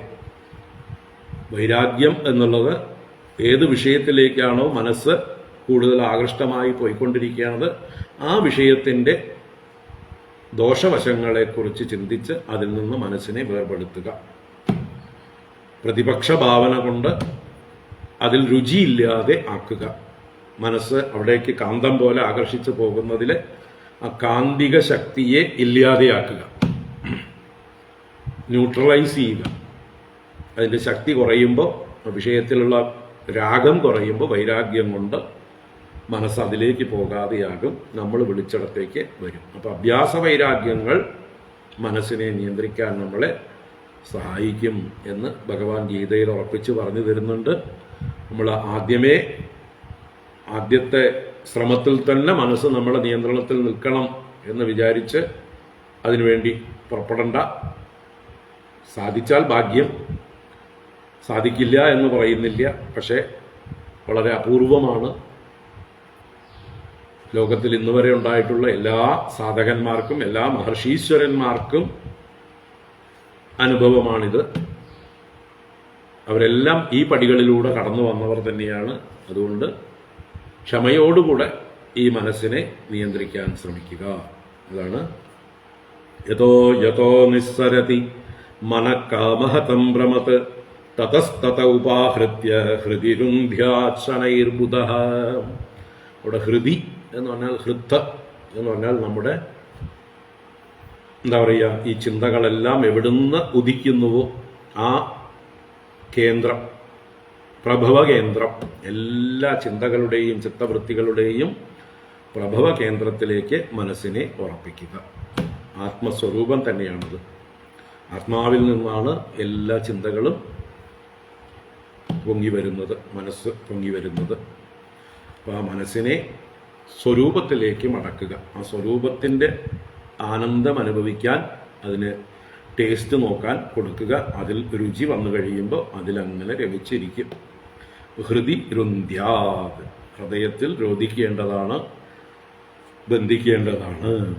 ഏവമഭ്യസദശ്ചിത്തം കാലേനാൽപീയസായതേഃ അനീശം തസ്യ നിർവാണം യാതി അനിന്ദനവന്നിവത്. ഏവമഭ്യസദശ്ചിത്തം കാലേനാൽപീയസായതേഃ അനിശം തസ്യ നിർവാണം യാതി അനിന്ദനവന്നിവത്. ഏവം അഭ്യസതഃ യതേഃ തസ്യ ചിത്തം.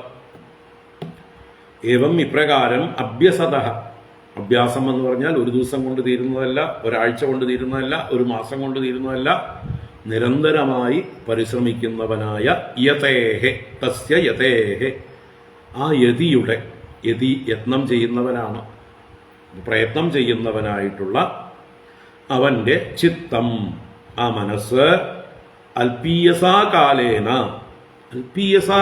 നമുക്ക് നാരദ മഹർഷി പ്രോമിസ് തരികയാണ്. അധികം താമസിയൊന്നും വേണ്ട, ഒരുപാടൊന്നും കാലം കാത്തിരിക്കേണ്ട. അൽപീയസാകാലേന, വളരെ ചുരുങ്ങിയ കാലം കൊണ്ട് അനിന്ദന വന്യവത് അനിശം നിർവാണം യാതി. അനിന്ദന വന്യവത്, വന്നി അഗ്നിയാണ്, അനിന്ദനം ഇന്ധനമില്ലാതാകുമ്പോൾ. അപ്പൊ ഇന്ധനം കത്തിത്തീർന്നു കഴിയുമ്പോൾ അല്പം പോലും ഇന്ധനം ശേഷിക്കുന്നില്ലെങ്കിൽ ആ അഗ്നി എന്താവും? അതിൻ്റെ സ്രോതസ്സിലേക്ക് മടങ്ങും. അഗ്നിയുടെ ജ്വാലകളൊക്കെ അടങ്ങി ഇന്ധനം പൂർണ്ണമായിട്ട് കഴിഞ്ഞുവെങ്കിൽ പിന്നെ അത് വിലയം പ്രാപിക്കും. എവിടുന്നാണോ പൊങ്ങി വന്നത് അവിടേക്ക് വിലയം പ്രാപിക്കും. അപ്പം നമ്മുടെ മനസ്സ്, അതിലുള്ള വൃത്തികൾ ഈ ജ്വാലകളാണ്. അഗ്നിജ്വാലകൾ പോലെ മനോവൃത്തികൾ ഇങ്ങനെ പൊങ്ങി വരികയാണ്. എന്താണ് ഇവിടുത്തെ ഇന്ധനം? വാസനയാണ് ഇന്ധനം. നമ്മുടെ വാസനാ ഇന്ധനം അഭ്യാസം കൊണ്ട് ക്ഷയിക്കുമ്പോൾ, അഭ്യാസ വൈരാഗ്യങ്ങളെ കൊണ്ട് വാസനാ ഇന്ധനം കത്തിക്കഴിയുമ്പോൾ ആ ചിത്തവൃത്തികളെല്ലാം അഗ്നി അടങ്ങും പോലെ അടങ്ങുന്നു. അനിന്ദന വന്യവത്, ഇന്ധനരഹിതമായ അഗ്നിയെ പോലെ. അഗ്നി ഇല്ലാതായിട്ടില്ല, പക്ഷെ ഇന്ധനമില്ലാത്തതുകൊണ്ട് പ്രകടമല്ല. അപ്പോ ചിത്തം അനിശം നിർവാണം യാതി. അനിശം എല്ലായ്പ്പോഴും നിരന്തരമായിട്ട്, രാവും പകലും എന്നുള്ളതാണ് അനിശം. നിശയടക്കം, നിശയും ഒഴിവാക്കാതെ എപ്പോഴും എന്നർത്ഥത്തിൽ, ഓൾവേസ് നിർവാണം യാതി, നിർവാണത്തെ പ്രാപിക്കുന്നു. നിർവാണം പ്രാപിക്കുക എന്ന് പറഞ്ഞാൽ വിക്ഷേപരഹിതമായി ശാന്തമായി ആനന്ദം അനുഭവിക്കുന്നു, ആനന്ദ പ്രാപ്തിയെ നേടുന്നു. നിർവാണം യാതി, പരമാനന്ദ സ്വരൂപമായി ഭവിക്കുന്നു. കാരണം വിക്ഷേപമില്ലാതാകുമ്പോൾ, മനസ്സടങ്ങുമ്പോൾ നമ്മുടെ ഉള്ളിലുള്ള സ്വരൂപം, നമ്മുടെ സ്വരൂപം എന്താണ്? ആനന്ദമാണ്. അത് പ്രതിഫലിക്കുകയാണ്, അത് പുറത്തേക്ക് പ്രകടമാവുകയാണ്. നമ്മൾ വിഷയങ്ങളൊക്കെ അനുഭവിക്കുമ്പോൾ എങ്ങനെയാണ് സുഖം കിട്ടുന്നത്? ഏത് വിഷയത്തിലാണോ നമ്മുടെ ആസക്തി ഉണ്ടായിരുന്നത്, ആ വിഷയം നമ്മൾ നേടുന്ന നിമിഷത്തിൽ ആ ആസക്തി അല്ലെങ്കിൽ തൽക്കാലം ആ കാമം അടങ്ങി നമ്മുടെ മനസ്സ് ശാന്തമാകുന്നു. തൽക്കാലം കുറച്ച് നേരത്തേക്ക് നമ്മുടെ ഉള്ളിൽ ആഗ്രഹങ്ങൾ പ്രകടമല്ലാതെയാവുന്നു. അപ്പോൾ നമ്മുടെ ഉള്ളിലുള്ള ആത്മസ്വരൂപത്തിൻ്റെ ആനന്ദമാണ് നമ്മൾ സുഖമായിട്ട് അനുഭവിക്കുന്നത്. പക്ഷെ നമ്മൾ അറിവില്ലായ്മ കൊണ്ട് ആ സുഖത്തെ, ആത്മാവിൻ്റെ സുഖത്തെ ഈ നേടിയ വസ്തുവിലേക്ക് ആരോപിച്ചു കൊടുത്തു. ഇത് കിട്ടിയപ്പോഴാണ് സുഖം കിട്ടിയത് എന്ന് വിചാരിച്ചു. വാസ്തവത്തിൽ മനസ്സടങ്ങിയപ്പോഴാണ്, വൃത്തി അടങ്ങിയപ്പോഴാണ്, ആത്മസ്വരൂപം പ്രകാശിച്ചപ്പോഴാണ് അത് ആനന്ദം ആയതുകൊണ്ട് നമ്മൾ സുഖം അനുഭവിച്ചത്. അത് താൽക്കാലികമായിട്ടുള്ള സുഖമാണ്. വിഷയസുഖങ്ങളൊക്കെ പെട്ടെന്ന് തന്നെ അടുത്ത കാമം വരുന്നു, അത് മറയുന്നു, അടുത്ത വിക്ഷേപം പൊങ്ങി വരുന്നു. ഇവിടെ അങ്ങനെയല്ല. ഇവിടെ നിരിന്ധന വന്യവത്, ഇനി ഇന്ധനമില്ലാതെ ആയി, വാസനയില്ലാതെയായി, പുതിയ ആഗ്രഹങ്ങൾ പൊങ്ങി വരുന്നില്ല. അപ്പോൾ നിർവാണത്തെ പ്രാപിക്കുന്നു ചിത്തം. എന്നുവെച്ചാൽ ഉള്ളിലുള്ള ആനന്ദം എപ്പോഴും പ്രതിഫലിച്ചു കൊണ്ടിരിക്കുന്നു, ആനന്ദ അനുഭവമായി മാറുന്നു. നിർവാണം യാതി, പരമാനന്ദം ഭവിക്കുന്നു. ഏവമഭ്യസതശ്ചിത്തം കാലേനാൽപീയസായതേഃ അനിശം തസ്യ നിർവാണം യാതി അനിന്ദനവന്യവത് കാമാദിഭിരനാവിദ്ധം പ്രശാന്താഖില വൃത്തിയത് ചിത്തം ബ്രഹ്മസുഖസ്പൃഷ്ടം നൈവോത്തിഷ്ഠേത കർഹിചിത്. കാമാദിഭിരനാവിദ്ധം പ്രശാന്താഖില വൃത്തിയത് ചിത്തം ബ്രഹ്മസുഖസ്പൃഷ്ടം നൈവോത്തിഷ്ഠേത കർഹിചിത്. കാമാദിഭിഹി അനാവിദ്ധം. മുമ്പ് കാമഹതം എന്ന് പറഞ്ഞിരുന്നു മനസ്സിനെ. 33-ാമത്തെ ശ്ലോകത്തില് മനഃ കാമഹതം എന്ന് പറഞ്ഞു. കാമത്താൽ ആക്രമിക്കപ്പെട്ടത്, ബാധിക്കപ്പെട്ടത്. ഇവിടെയോ അഭ്യാസം കൊണ്ട് എന്തായിത്തീർന്നു? ആ കാമാദിഭിഹി അനാവിദ്ധം. ആവിദ്ധം എന്ന് പറഞ്ഞാൽ മുറിവേൽപ്പിക്കപ്പെട്ടത്, ഖേദിക്കപ്പെട്ടത്, നല്ലതുപോലെ ബാധിക്കപ്പെട്ടത് എന്നൊക്കർത്ഥം ആവിദ്ധം. ഇവിടെ അനാവിദ്ധം, കാമാദികളാൽ ബാധിക്കപ്പെടാത്ത, കാമാദികൾ ഒഴിഞ്ഞുപോയ, കാമാദികളുടെ പീഡയില്ലാത്തതായിട്ടുള്ള അനാവിദ്ധം പ്രശാന്ത അഖിലവൃത്തി യച്ചിത്തം. യച്ചിത്തം, ഏതൊരു ചിത്തമാണോ പ്രശാന്ത അഖിലവൃത്തി, പ്രകർഷേണ ശാന്തമായ അഖിലവൃത്തിയോടും കൂടിയത്. ഒരു തരത്തിലുള്ള ചിത്തവൃത്തികളും പൊങ്ങി വരുന്നില്ല, ഒരു സ്പാർക്കും വരുന്നില്ല. ഇപ്പോൾ ഇന്ധനത്തിന്റെ ലേശമുണ്ടെങ്കിൽ ഇടയ്ക്കിങ്ങനെ കാറ്റടിക്കുമ്പോൾ ഒരു ജ്വാലയൊക്കെ ഇങ്ങനെ പൊങ്ങി വരും അല്ലേ? വിറക് കത്തിത്തീരാറായി കഴിയുമ്പോൾ ശമിച്ചതുപോലെ തോന്നും. പക്ഷെ അല്പം അവിടെ കനൽ കട്ടകളുണ്ടെങ്കിൽ പോലും ആ കനൽക്കട്ട എന്താണ്? അതിൽ ഇന്ധനത്തിന്റെ അംശമുണ്ട്. അതിനി പൂർണ്ണമായിട്ട് ചാരമായി മാറണം. അതുവരയ്ക്ക് ആ കനൽക്കട്ടയ്ക്കും ശക്തിയുണ്ട്. അതിൻ്റെ ഉള്ളിൽ കത്താനുള്ള ഇന്ധന സാധ്യതയുണ്ട്. അപ്പോൾ കാറ്റടിക്കുമ്പോൾ ഒരു ജ്വാല അങ്ങനെ പൊങ്ങി വരും. അപ്പം അതുപോലെ നമ്മുടെ ഉള്ളിൽ അല്പം പോലും ഇന്ധനമാകുന്ന വാസന ഇല്ലാതെയാകുമ്പോൾ, വാസനയാകുന്ന ഇന്ധനം ഇല്ലാതാകുമ്പോൾ പ്രശാന്ത അഖിലവൃത്തിയായി മാറുന്നു. അഖിലവൃത്തികളും പ്രകർഷേണ ശമിച്ചതായി, ശാന്തമായതായി ഭവിക്കുന്നു. അങ്ങനെയുള്ള ചിത്തം ബ്രഹ്മസുഖസ്പൃഷ്ടം, ബ്രഹ്മസുഖത്തെ സ്പർശിച്ചുകൊണ്ടിരിക്കുന്നത്. ബ്രഹ്മസുഖം നമ്മുടെ ആത്മസ്വരൂപത്തിന്റെ സുഖം, അത് ആനന്ദം. അപ്പൊ ബ്രഹ്മാനന്ദത്തെ സ്പർശിച്ചുകൊണ്ടിരിക്കുന്ന അല്ലെ, പാലടപ്രഥമൻ മൂക്കറ്റം കഴിച്ച് മയങ്ങിക്കിടക്കുന്ന അവസ്ഥയിൽ ഒരാൾക്ക് പഴങ്കഞ്ഞി വേണോ എന്ന് ചോദിച്ചാൽ എഴുന്നേറ്റ് വരുമോ? പാലടപ്രഥമനില് മുങ്ങിക്കുളിച്ചിരിക്കുകയാണ്, മദ്യാവോളം കുടിച്ച് മൂക്കറ്റം തായിട്ട് ഇനി ഒരു തുള്ളി കുടിക്കാൻ നിവൃത്തിയില്ലാതെ മുഴുകിയിരിക്കുന്ന ഒരാൾക്ക് കുറച്ച് പഴങ്കഞ്ഞി എടുക്കട്ടെ എന്ന് പറഞ്ഞാൽ എഴുന്നേറ്റ് വരുമോ? അതോ മൂക്ക് പൊത്തുവോ? അയ്യോ അത് നാറിയിട്ട് വയ്യ, കൊണ്ടുപോകൂ ദൂരേക്ക് എന്ന് പറയും അല്ലേ? അപ്പം അതുപോലെ ഇവിടെ ബ്രഹ്മസ്പർശം, ബ്രഹ്മസുഖസ്പർശം, ബ്രഹ്മാനന്ദം അനുഭവിച്ചുകൊണ്ടിരിക്കുന്നതായിട്ടുള്ള ആ ചിത്തം പിന്നെന്തിയില്ല? കർഹിച്ചിത്ത് നൈവ ഉത്തിഷ്ഠേത. കർഹിച്ചിത്ത് ഒരിക്കലും, നൈവ ഉത്തിഷ്ഠേത, ഉത്തിഷ്ഠേത എന്ന് പറഞ്ഞാൽ എഴുന്നേൽക്കും എന്നാണ്. നൈവ ഉത്തിഷ്ഠേത, ഒരിക്കലും എഴുന്നേൽക്കാനേ പോകുന്നില്ല. ഈ ബ്രഹ്മാനന്ദം അനുഭവിക്കുന്ന ചിത്തം പിന്നീട് വിഷയസുഖങ്ങളുടെ നേരെ തിരിയുകയില്ല, വിക്ഷേപം ഉണ്ടാവുകയില്ല. ചിത്തത്തിൽ വൃത്തികൾ അടങ്ങി അനന്തമായിട്ടുള്ള ആത്മസ്വരൂപത്തില് ആണ്ട് രമിച്ചു കൊണ്ടിരിക്കുന്നു. നമ്മള്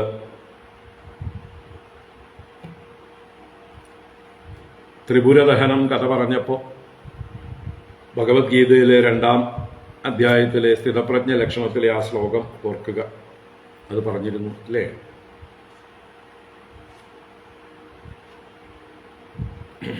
വിഷയാ വിനിവർത്തന്തേ നിരാഹാരസ്യ ദേഹിനഃ രസവർജം രസോപ്യസ്യ പരം ദൃഷ്ട്വാ നിവർത്തതേ.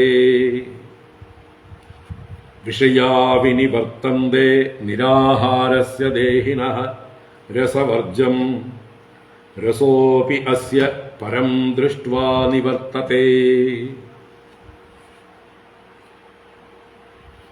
ആ ആശയം തന്നെയാണ് ഇവിടെ പറഞ്ഞിരിക്കുന്നത്. ആ ഗീതയിലെ ആ ശ്ലോകം തന്നെയാണ് ഇവിടെ 35-ാം ശ്ലോകം. വാക്കുകൾ മാറിയിട്ടുണ്ടെന്നേ ഉള്ളൂ.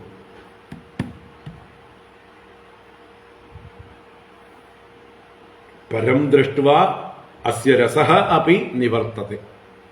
പരത്തെ ദർശിച്ചു കഴിയുമ്പോൾ, ആ പരസുഖത്തിൽ മുഴുകിക്കഴിയുമ്പോൾ, പരമാത്മ അനുഭവമുണ്ടാകുമ്പോൾ, ബ്രഹ്മസുഖസ്പർശമുണ്ടാകുമ്പോൾ പിന്നീട് ആ ചിത്തത്തിൽ നിന്ന് വൃത്തികളെല്ലാം ഒഴിഞ്ഞു പോകുന്നു. പരം ദൃഷ്ട്വാ നിവർത്തത്തെ.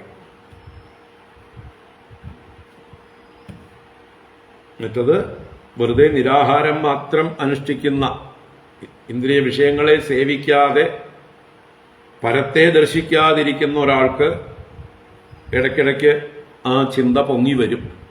വിഷയാ വിനിവർത്തന്റെ നിരാഹാരസ്യ ദേഹിനഃ രസവർജം. അവന്റെ ഉള്ളിൽ ആ രസം വർജിച്ചിട്ടാണ് വിഷയം വിനിവർത്തിച്ചിരിക്കുന്നത്. തൽക്കാല വിനിവർത്തനം മാത്രമാണ്.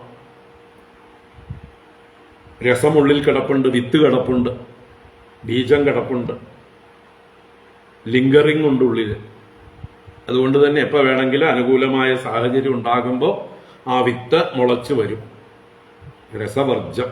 ആ രസോപി, ആ രസം പോലും പൂർണ്ണമായി പോകണമെങ്കിൽ, ആ വാസനാ ബീജം പൂർണ്ണമായി നശിക്കണമെങ്കിൽ രസോപി അസ്യ പരം ദൃഷ്ട്വാ നിവർത്തത്തെ. ആ പരമാത്മാവിനെ ദർശിച്ചു കഴിയുമ്പോൾ, ബ്രഹ്മസുഖം സ്പർശിക്കുമ്പോൾ നൈവോത്തിഷ്ഠേത കർഹിച്ചിത്, പിന്നെ ആ ചിത്തം ഉത്തിഷ്ഠമായിട്ട് വരുന്നില്ല, ഒരിക്കലും വരികയില്ല. കാരണം അതിന് കിട്ടേണ്ടത് കിട്ടിക്കഴിഞ്ഞു. അത് ഇത്രയും കാലം തെരഞ്ഞത് എന്തിനെയായിരുന്നുവോ അത് ലഭിച്ചു കഴിഞ്ഞിരിക്കുന്നു. ഇനി അതിന് നേടേണ്ടതായിട്ട് ഒന്നുമില്ല. ഇപ്പോൾ ഒരു മഹത്തായ ഒരു പ്രകരണം എന്ന് തന്നെ പറയാം, ഒരാശയം ഈ ശ്ലോകത്തിൽ സമർപ്പിച്ചിരിക്കുകയാണ്. നമുക്ക് നാളെ തുടർന്ന് കാണാം. ഹരി ഓം. ഓം കായേന വാചാ മനസേന്ദ്രിയൈർവാ ബുദ്ധ്യാത്മനാ വാ പ്രകൃതേ സ്വഭാവാത് കരോമി യദ്യത് സകലം പരസ്മൈ നാരായണായേതി സമർപ്പയാമി. ഓം ശാന്തി ശാന്തി ശാന്തി. ഹരി ഓം ശ്രീ ഗുരുഭ്യോ നമഃ. ഹരി ഓം.